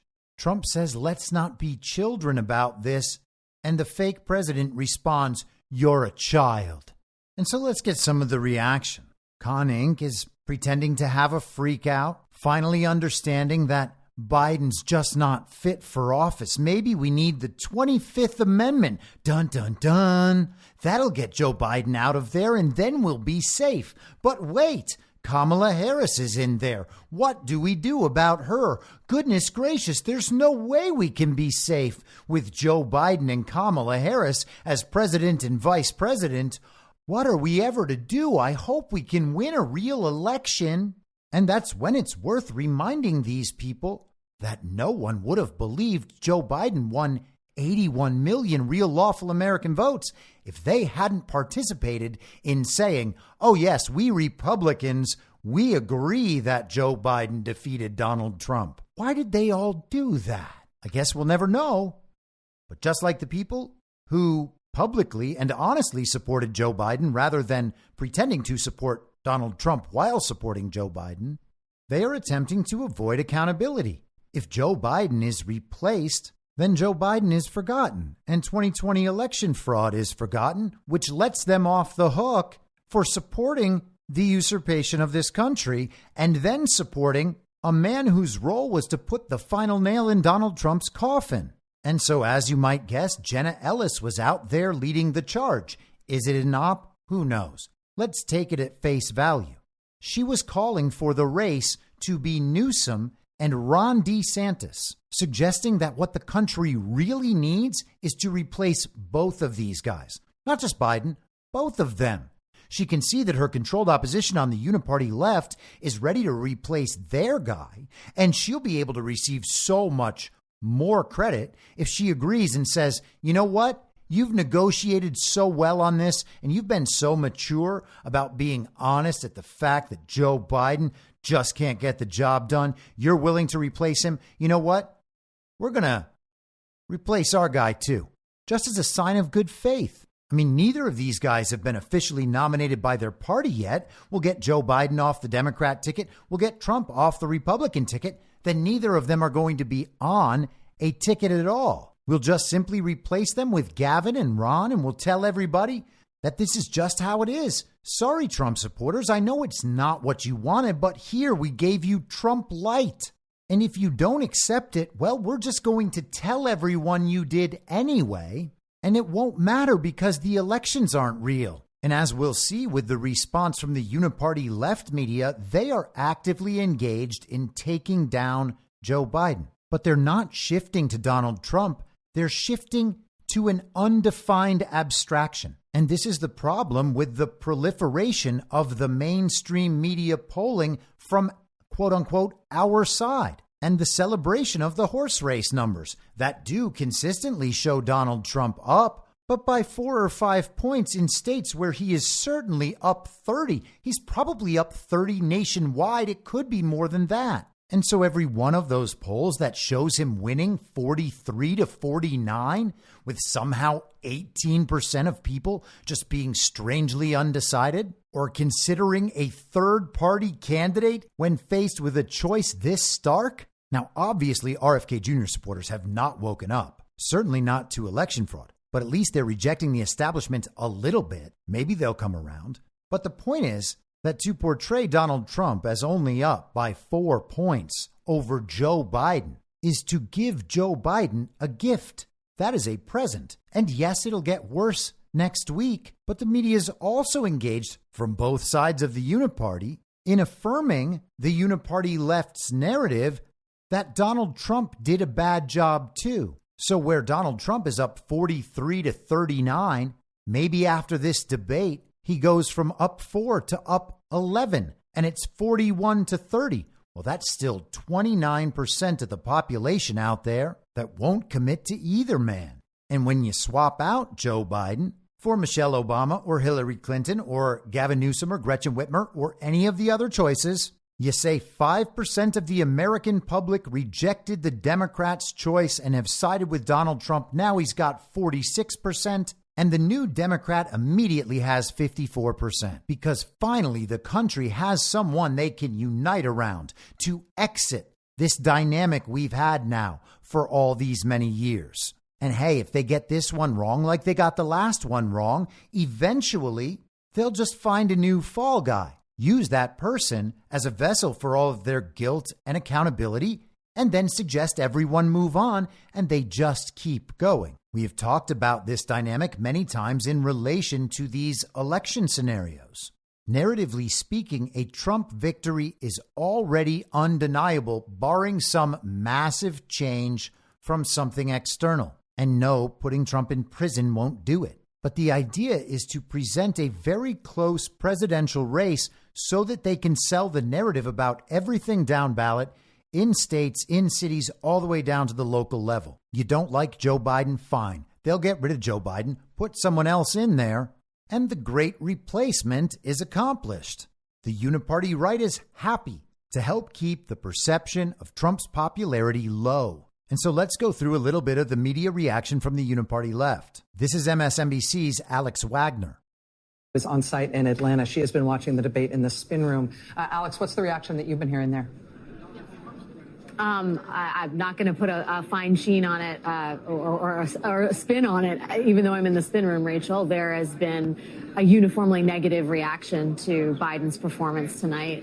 Surely, as you know, Joy said, this was about revealing who Donald Trump was, but it was also Joe Biden battling a caricature of himself as an enfeebled person, an impression that Trump has been eager to convey to the country. And he did nothing to disabuse, I think, the country of the notion that he is very old and was lost frequently in that debate. I mean, on answers that should have been, to put it bluntly, a layup for him, whether it was abortion or the attack on abortion medication. His answers were rambling and incoherent. He turned a response on abortion into a mention of migrant killing. I mean, this is a person that clearly was over-prepared and had a lot of different points that were sort of swimming around in his head. And as a result, it felt like the answers that were legible, if you will, were not nearly delivered with the force and the clarity that they should have been. And I will say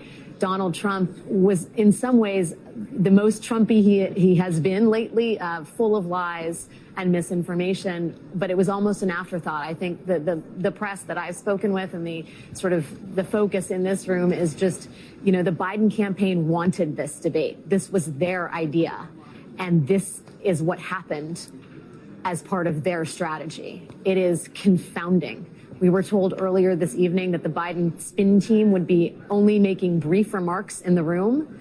And I don't know whether that is indicative of a group of people who understood the weaknesses that their candidate had in advance of this debate. But you can surely understand the logic of that after the fact.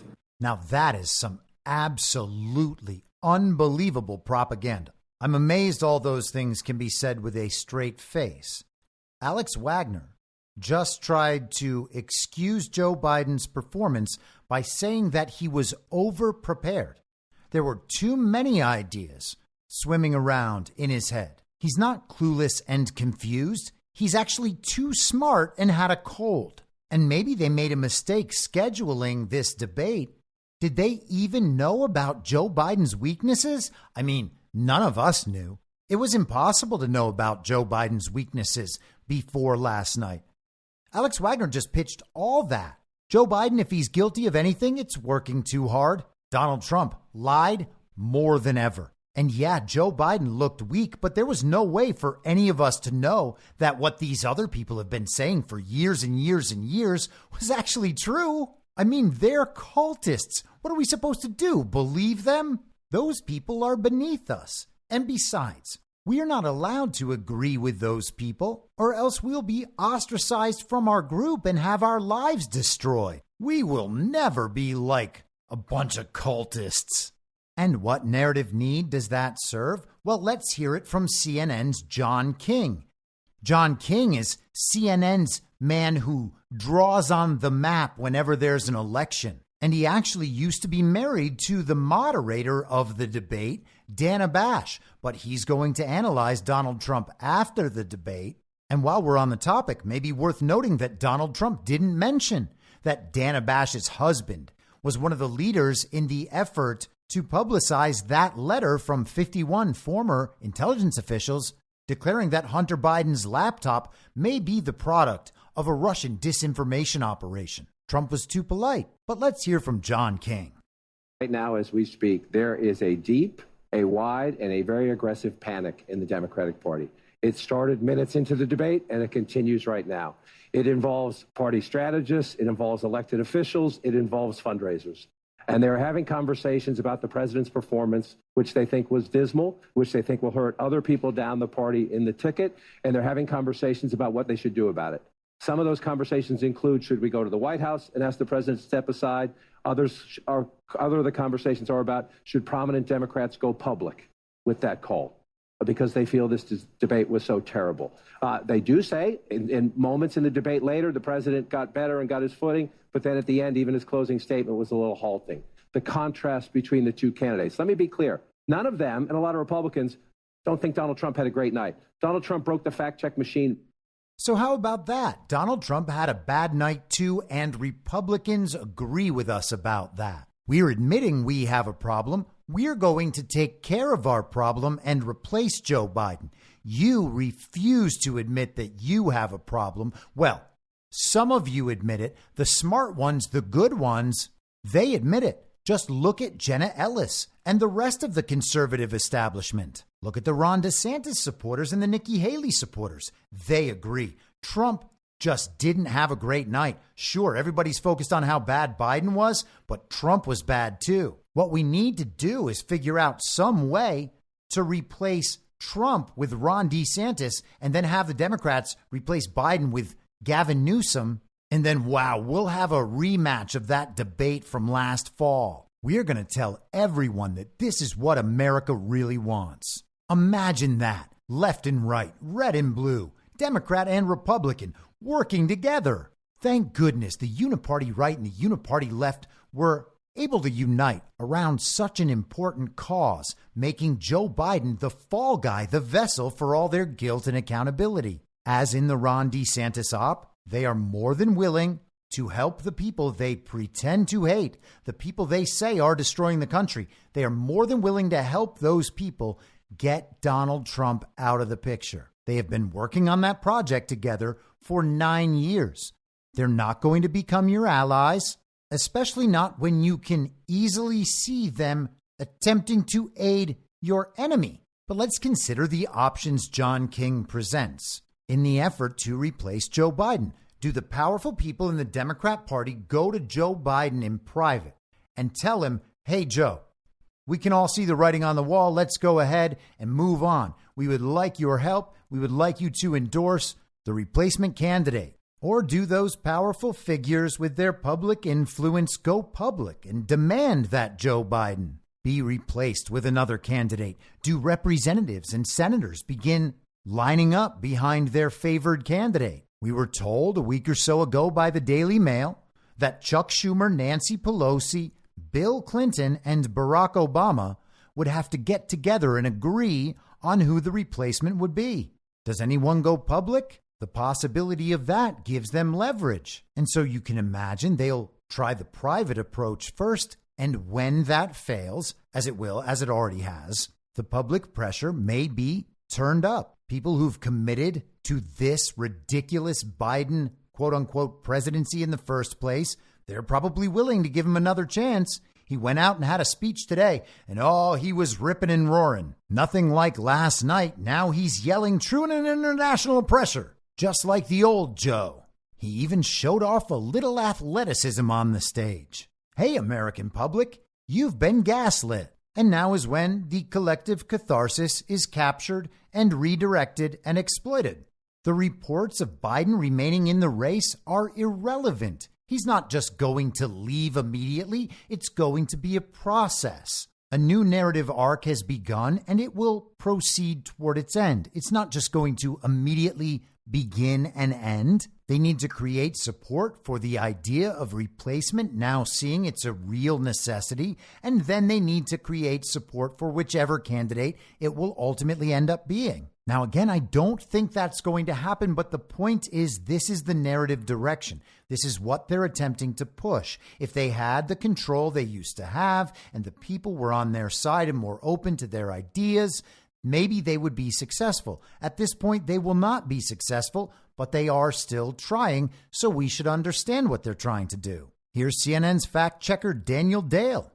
Some of them. He said he's the only president in a while who didn't have any troops dying anywhere in the world. Troops have, of course, died on his watch. He said he's put in a $15 per shot cap on insulin and Medicare. It's a $35 a month cap. He said it's a $200 cap on overall drug spending in Medicare. It's $2,000 a year. He said the border now has fewer crossings than when Trump was in office. That's generally not true. He said, or at least strongly suggested, unemployment was at 15% when he took office. It was actually 6.4. He said Trump wants to get rid of Social Security. Trump doesn't. He said billionaires pay 8.2% in taxes. It's much higher. He said Trump told Americans to inject bleach amid COVID. We know Trump made foolish comments about scientists studying disinfectant injection, but didn't frame it as advice to people. And Biden said the Border Patrol endorsed him. No, its union supported the border bill he'd supported, never endorsed him himself. That was a quote-unquote fact check of Joe Biden that essentially amounted to, well, Joe was off a little bit here and there. And he failed to acknowledge that some of the things he's done have turned out bad, but not as bad as Trump said. That fact check was basically a defense of Joe Biden, broadcast to even out the fact check of Donald Trump. Daniel Dale did nothing more than enforce the central narrative. The fact checks for both candidates ultimately supported the same goal, making sure everyone is back on the same page and ready to be redirected. Here's NBC's Sleepy Eyes Chuck Todd. At the end of the day, Joe Biden looks like the caricature that conservative media has been painting, and there were no clips tonight, right? This was, you saw it before your eyes. Look, I don't want to just tell you what I think here, Tom. I've been talking to a lot of leaders in the Democratic Party, electeds, coalition leaders. There's a full-on panic about this performance. Not like, oh, this is recoverable. It is more of a, okay, he's got to step aside. There's a lot of that chatter. This is about as bad of a performance in order to that Biden could have delivered if his goal was to try to sort of calm the waters among Democrats. I mean, look, there was a poll just out earlier this week that showed, you know, a lot of Democrats, it's not just elected Democrats, rank and file Democrats, are both supportive of Biden but think he should not be seeking a second term. I have a feeling we're going to see more polling on this, and we're going to see that number even higher. But the panic level, particularly among elected Democrats who have to share the ballot with him, there's a full-on panic tonight. Maybe they'll get calmed down in the morning, but there's going to be there's a lot of chatter among donors tonight, a lot of chatter among major elected leaders tonight. Again, if the Biden campaign needs to, they have a lot of calming calls that they're going to have to start making, or they may see this get momentum publicly, and I don't know if they can stop that. Concern over whether Joe Biden may end up hurting Democrat candidates down ballot. Leverage to get rid of Biden. If and when Biden would be replaced, then we are told a week or so later that Democrats down ballot are surging now that Joe Biden is no longer a drag on the ticket. Voters weren't going to turn out for Joe Biden, but they will turn out for this new candidate, and that means they're going to vote for Democrats down ballot because they want divided government. They want to check on Donald Trump's worst dictatorial and authoritarian instincts. Let's go to the official purveyors of each day's official slogans. Here's Joe and Mika with some special background music from my pal, The Storm Has Arrived 17. I think we have to ask the same questions of him that we have asked of Donald Trump since 2016, and that is, if he were CEO and he turned in a performance like that, would any corporation in America, any Fortune 500 corporation in America, keep him on as CEO?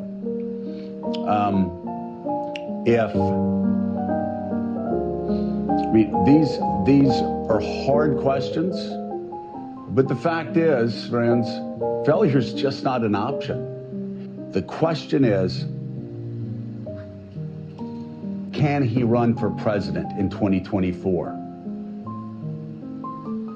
Donald Trump lied over and over and over and over again. And Joe Biden couldn't respond to any of those lies.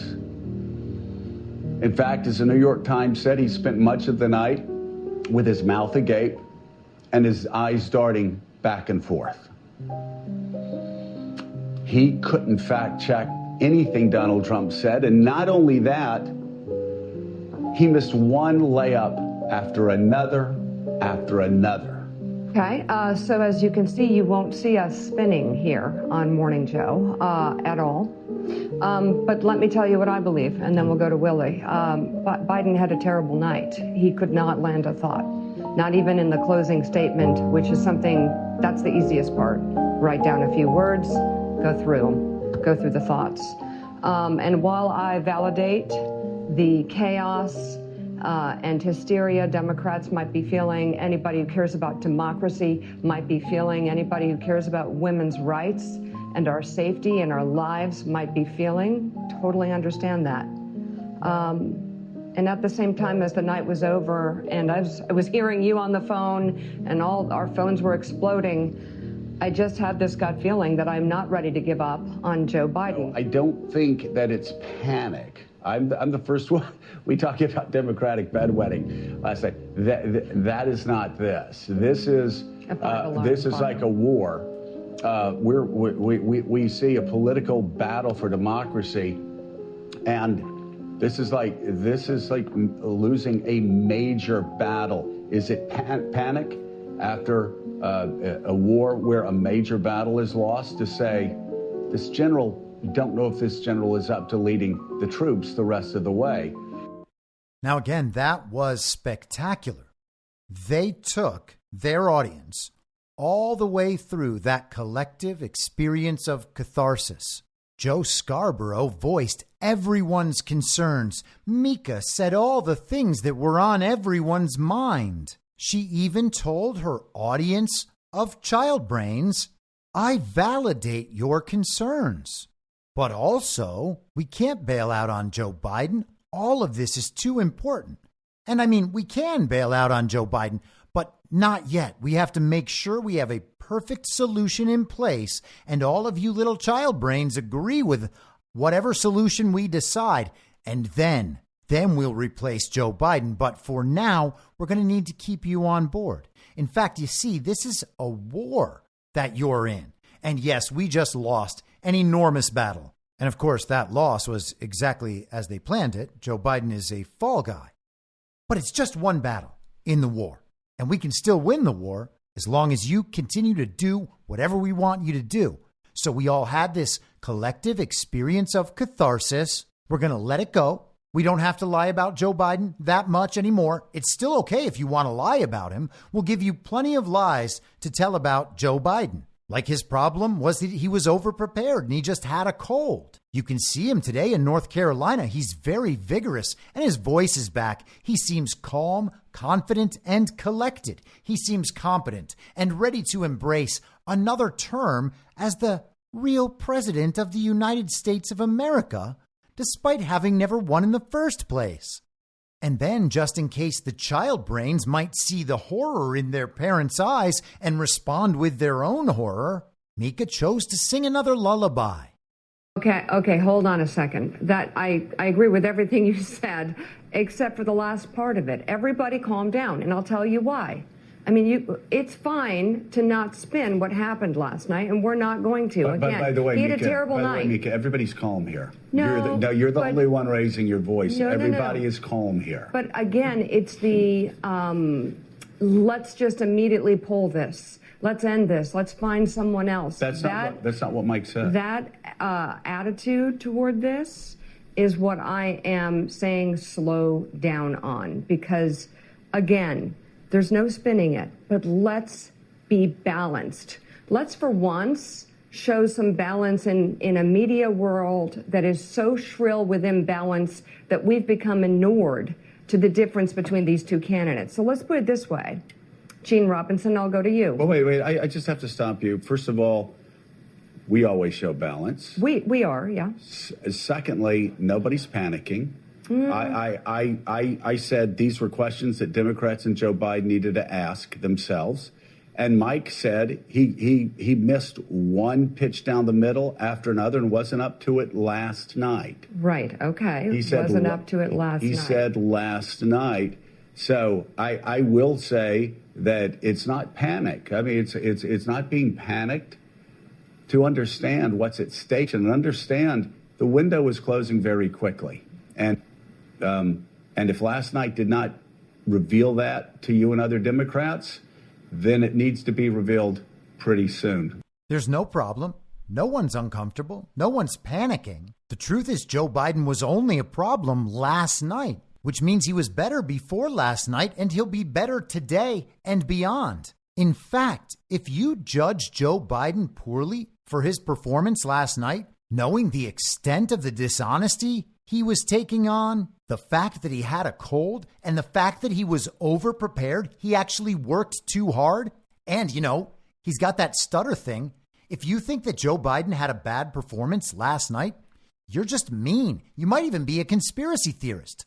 Replace Joe Biden? We're not going to replace Joe Biden. Why would we replace Joe Biden? I mean, we're not going to do it yet. We might still do it in the future. It's at least worth thinking about. Why don't you let us know what you think about replacing Joe Biden? But right now, we are not going to replace Joe Biden. And you talking about replacing Joe Biden is actually a little disloyal to Joe Biden. So if other people talk about replacing Joe Biden in your presence, and those are bad people, like people that might support Trump, you need to let them know they're bad people for even talking about replacing Joe Biden. But if you're with people who know it's mean to talk about replacing Joe Biden, you can talk about replacing Joe Biden with them, figure out who your favorite candidate is, and then let us know. Please tell us which of these candidates you will be most willing to sell the rest of your soul for. Replace Joe Biden. We're not going to replace Joe Biden yet. This is The Hill from earlier today. Biden campaign official. He's not dropping out. President Biden is not dropping out of the 2024 race, a campaign official said, following a shaky debate performance late Thursday that spurred talk among some Democrats of whether he should be replaced atop the ticket. Of course he's not dropping out, Biden campaign spokesperson Seth Schuster said in a message. The president himself brushed off talk over whether he should bow out during a stop at the Waffle House following the debate. No, it's hard to debate a liar. The New York Times pointed out he lied 26 times, Biden said, referring to the former president. Biden's performance in Thursday night's debate with Trump was largely panned by Democrats, some of whom have acknowledged it will stoke conversations about whether the president should be replaced atop the Democrat ticket before August's convention. The president's voice was often raspy, which the White House later attributed to a cold. And he, at times, lost his train of thought or struggled to make his point clearly. The chatter is very distracting, and it's going to be very consuming for the campaign, former Biden press secretary Jen Psaki said on MSNBC. Should he be replaced? They're going to be answering that question instead of breaking through on attacking Trump. Attacking Trump on what? These people have no leverage whatsoever. No real leverage, no narrative leverage. They are in no position to be attacking anyone, but that is what they do to project their strength. It is an abstract power projection. To close out the article in The Hill, a CNN flash poll of debate watchers found 67% of those surveyed said Trump won the debate.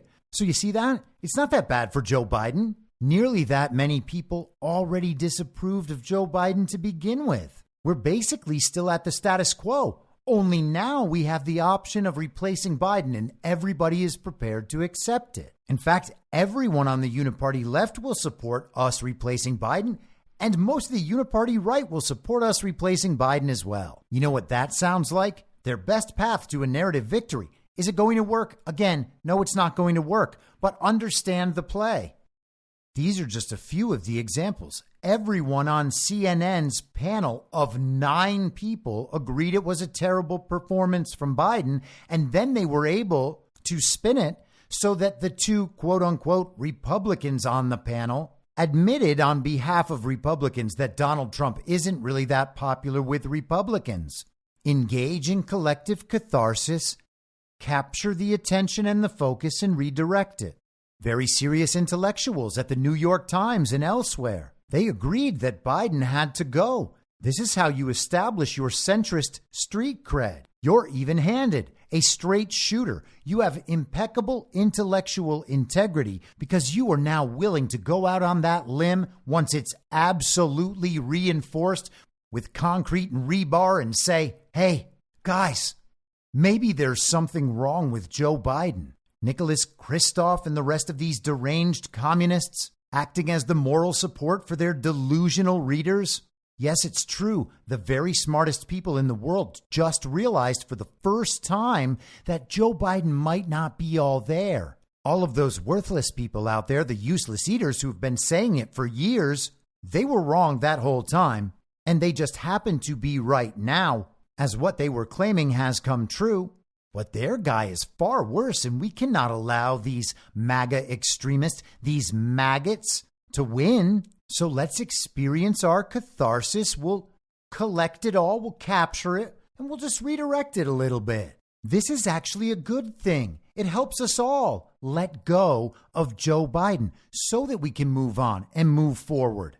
Joe Biden will be the fall guy. He'll be the vessel for our guilt and accountability. We're taking responsibility for our side of the fence, and that's more than we can say for the people on the other side. This is actually a huge positive. They sent Joe Biden last night after the debate to some sort of Instagram-worthy after party. And Jill congratulated Joe for answering all the questions. Oh, you did it, Joe. You answered all their questions. And then Joe Biden acted as though he won the debate by a mile. All the while, the backdrop behind him saying, let's go, Joe. And sure, Joe, let's go. Let's go, Joe. Off the stage, out of the campaign, into a retirement home, or, just off a cliff. Who cares? The faster we forget Joe Biden, the better. Let's go, Joe. And also, at the same time, conveniently, let go of Joe. It's okay. You can admit it. You realized that everyone else knows Joe Biden is weak and enfeebled. He's incapacitated. He's incompetent. If you continue to deny it, people are going to start making fun of you. So just accept it, and we can move on from Joe because of these things related to his age. It's not going to be his incompetence. It's not going to be his perversion. It's not going to be his corruption. It's not going to be the fact that he's guilty of treason. It's just going to be that he's a little old, he was overprepared, and he had a cold. Don't worry, Joe Biden is going strong. Just listen to Joe Biden. Here he is today in North Carolina. My whole career, we just have to remember who we are. We're the United States of America. There's nothing beyond our capacity. Nothing when we act together. We've got it. So may God bless you all, and may God protect our troops. Let's go get them, North Carolina.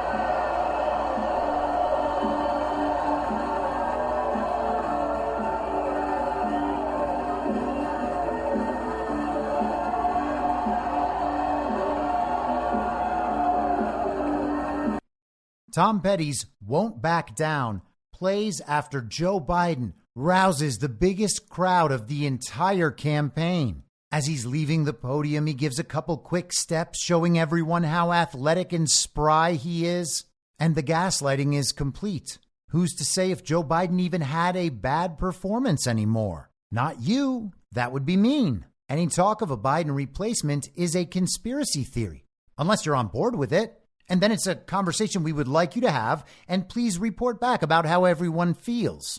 Will this work? No, of course it won't work. They don't have the ability to pull this off anymore, but they're going to try to do it, and that'll make it work. They had everybody back on the same page for a couple of hours, and it's not going to hold. They had the Fisher decision today. I could see them trying to spin that as the J6ers getting away with all of it. Maybe if the Trump immunity opinion was handed down on the same day, they would have been able to pull that off.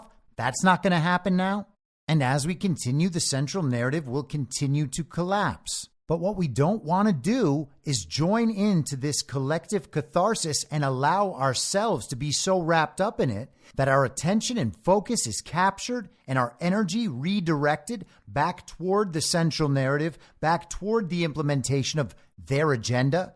It helps them to replace Joe Biden, and they would love it if they could negotiate you down into replacing Donald Trump. Why would you do that? Well, because you're worried about the results of a fake election. It's that easy to get everybody back on the same page. They've been doing this forever. This is what narcissists and sociopaths and psychopaths do. Trust me, I was around plenty of them. But none of this is going to work because the social incentives have shifted too far and there are far too many of us. These people do not look smart anymore. They're not the experts. They're not the authorities. They're just a bunch of criminals who have been very good at projecting abstract power. The emperor has no clothes. Everyone can see it now. We don't need to help them. What we need to do is stand our ground. The point is not to unify with clueless and evil people. The point is to stand our ground. If they want to come join us, that's wonderful, but these people don't get any favors, and we don't need to get distracted into their nonsense storylines. The 25th Amendment, replacing Donald Trump at the convention, whether he's sentenced or not, it's all preposterous. We'll have a write-in campaign and win. None of that is going to work. None of it. There are no possible successful storylines for them within the bounds of the American political conversation. So that means something would have to come from outside, a deus ex machina sort of event. And of course, that's why we're getting the storylines about World War III, the storylines about potential acts of terrorism. If we're told there's an act of terrorism on American soil and it was carried out by some illegal aliens, no one's going to question whether or not that story is even true. They'll just blame it on Joe Biden. Because as long as he's there, he's still the fall guy. And they can carry on with that right up till the end. Just so long as everyone will accept his replacement. How's that for a great replacement theory? I'll be back on Monday at the same reasonable time on the same reasonable podcast network. I don't have a network. Masks and lockdowns don't work. They lied to you about a pandemic. And Joe Biden will never be president. In my mind, that's the end game. If you're listening to this episode for free, you can support me and support the show and the work I do by signing up for a paid subscription at imyourmoderator.substack.com. You can do so for as low as $50 a year or $5 a month. Comes out to under $0.25 per episode, and you'll blast right through the paywall for all of the writing. The merch store is www.cancelcouture.com, and you can find everything else by heading to Linktree. Linktree.com/I'mYourModerator. And I'll see you soon out on the range.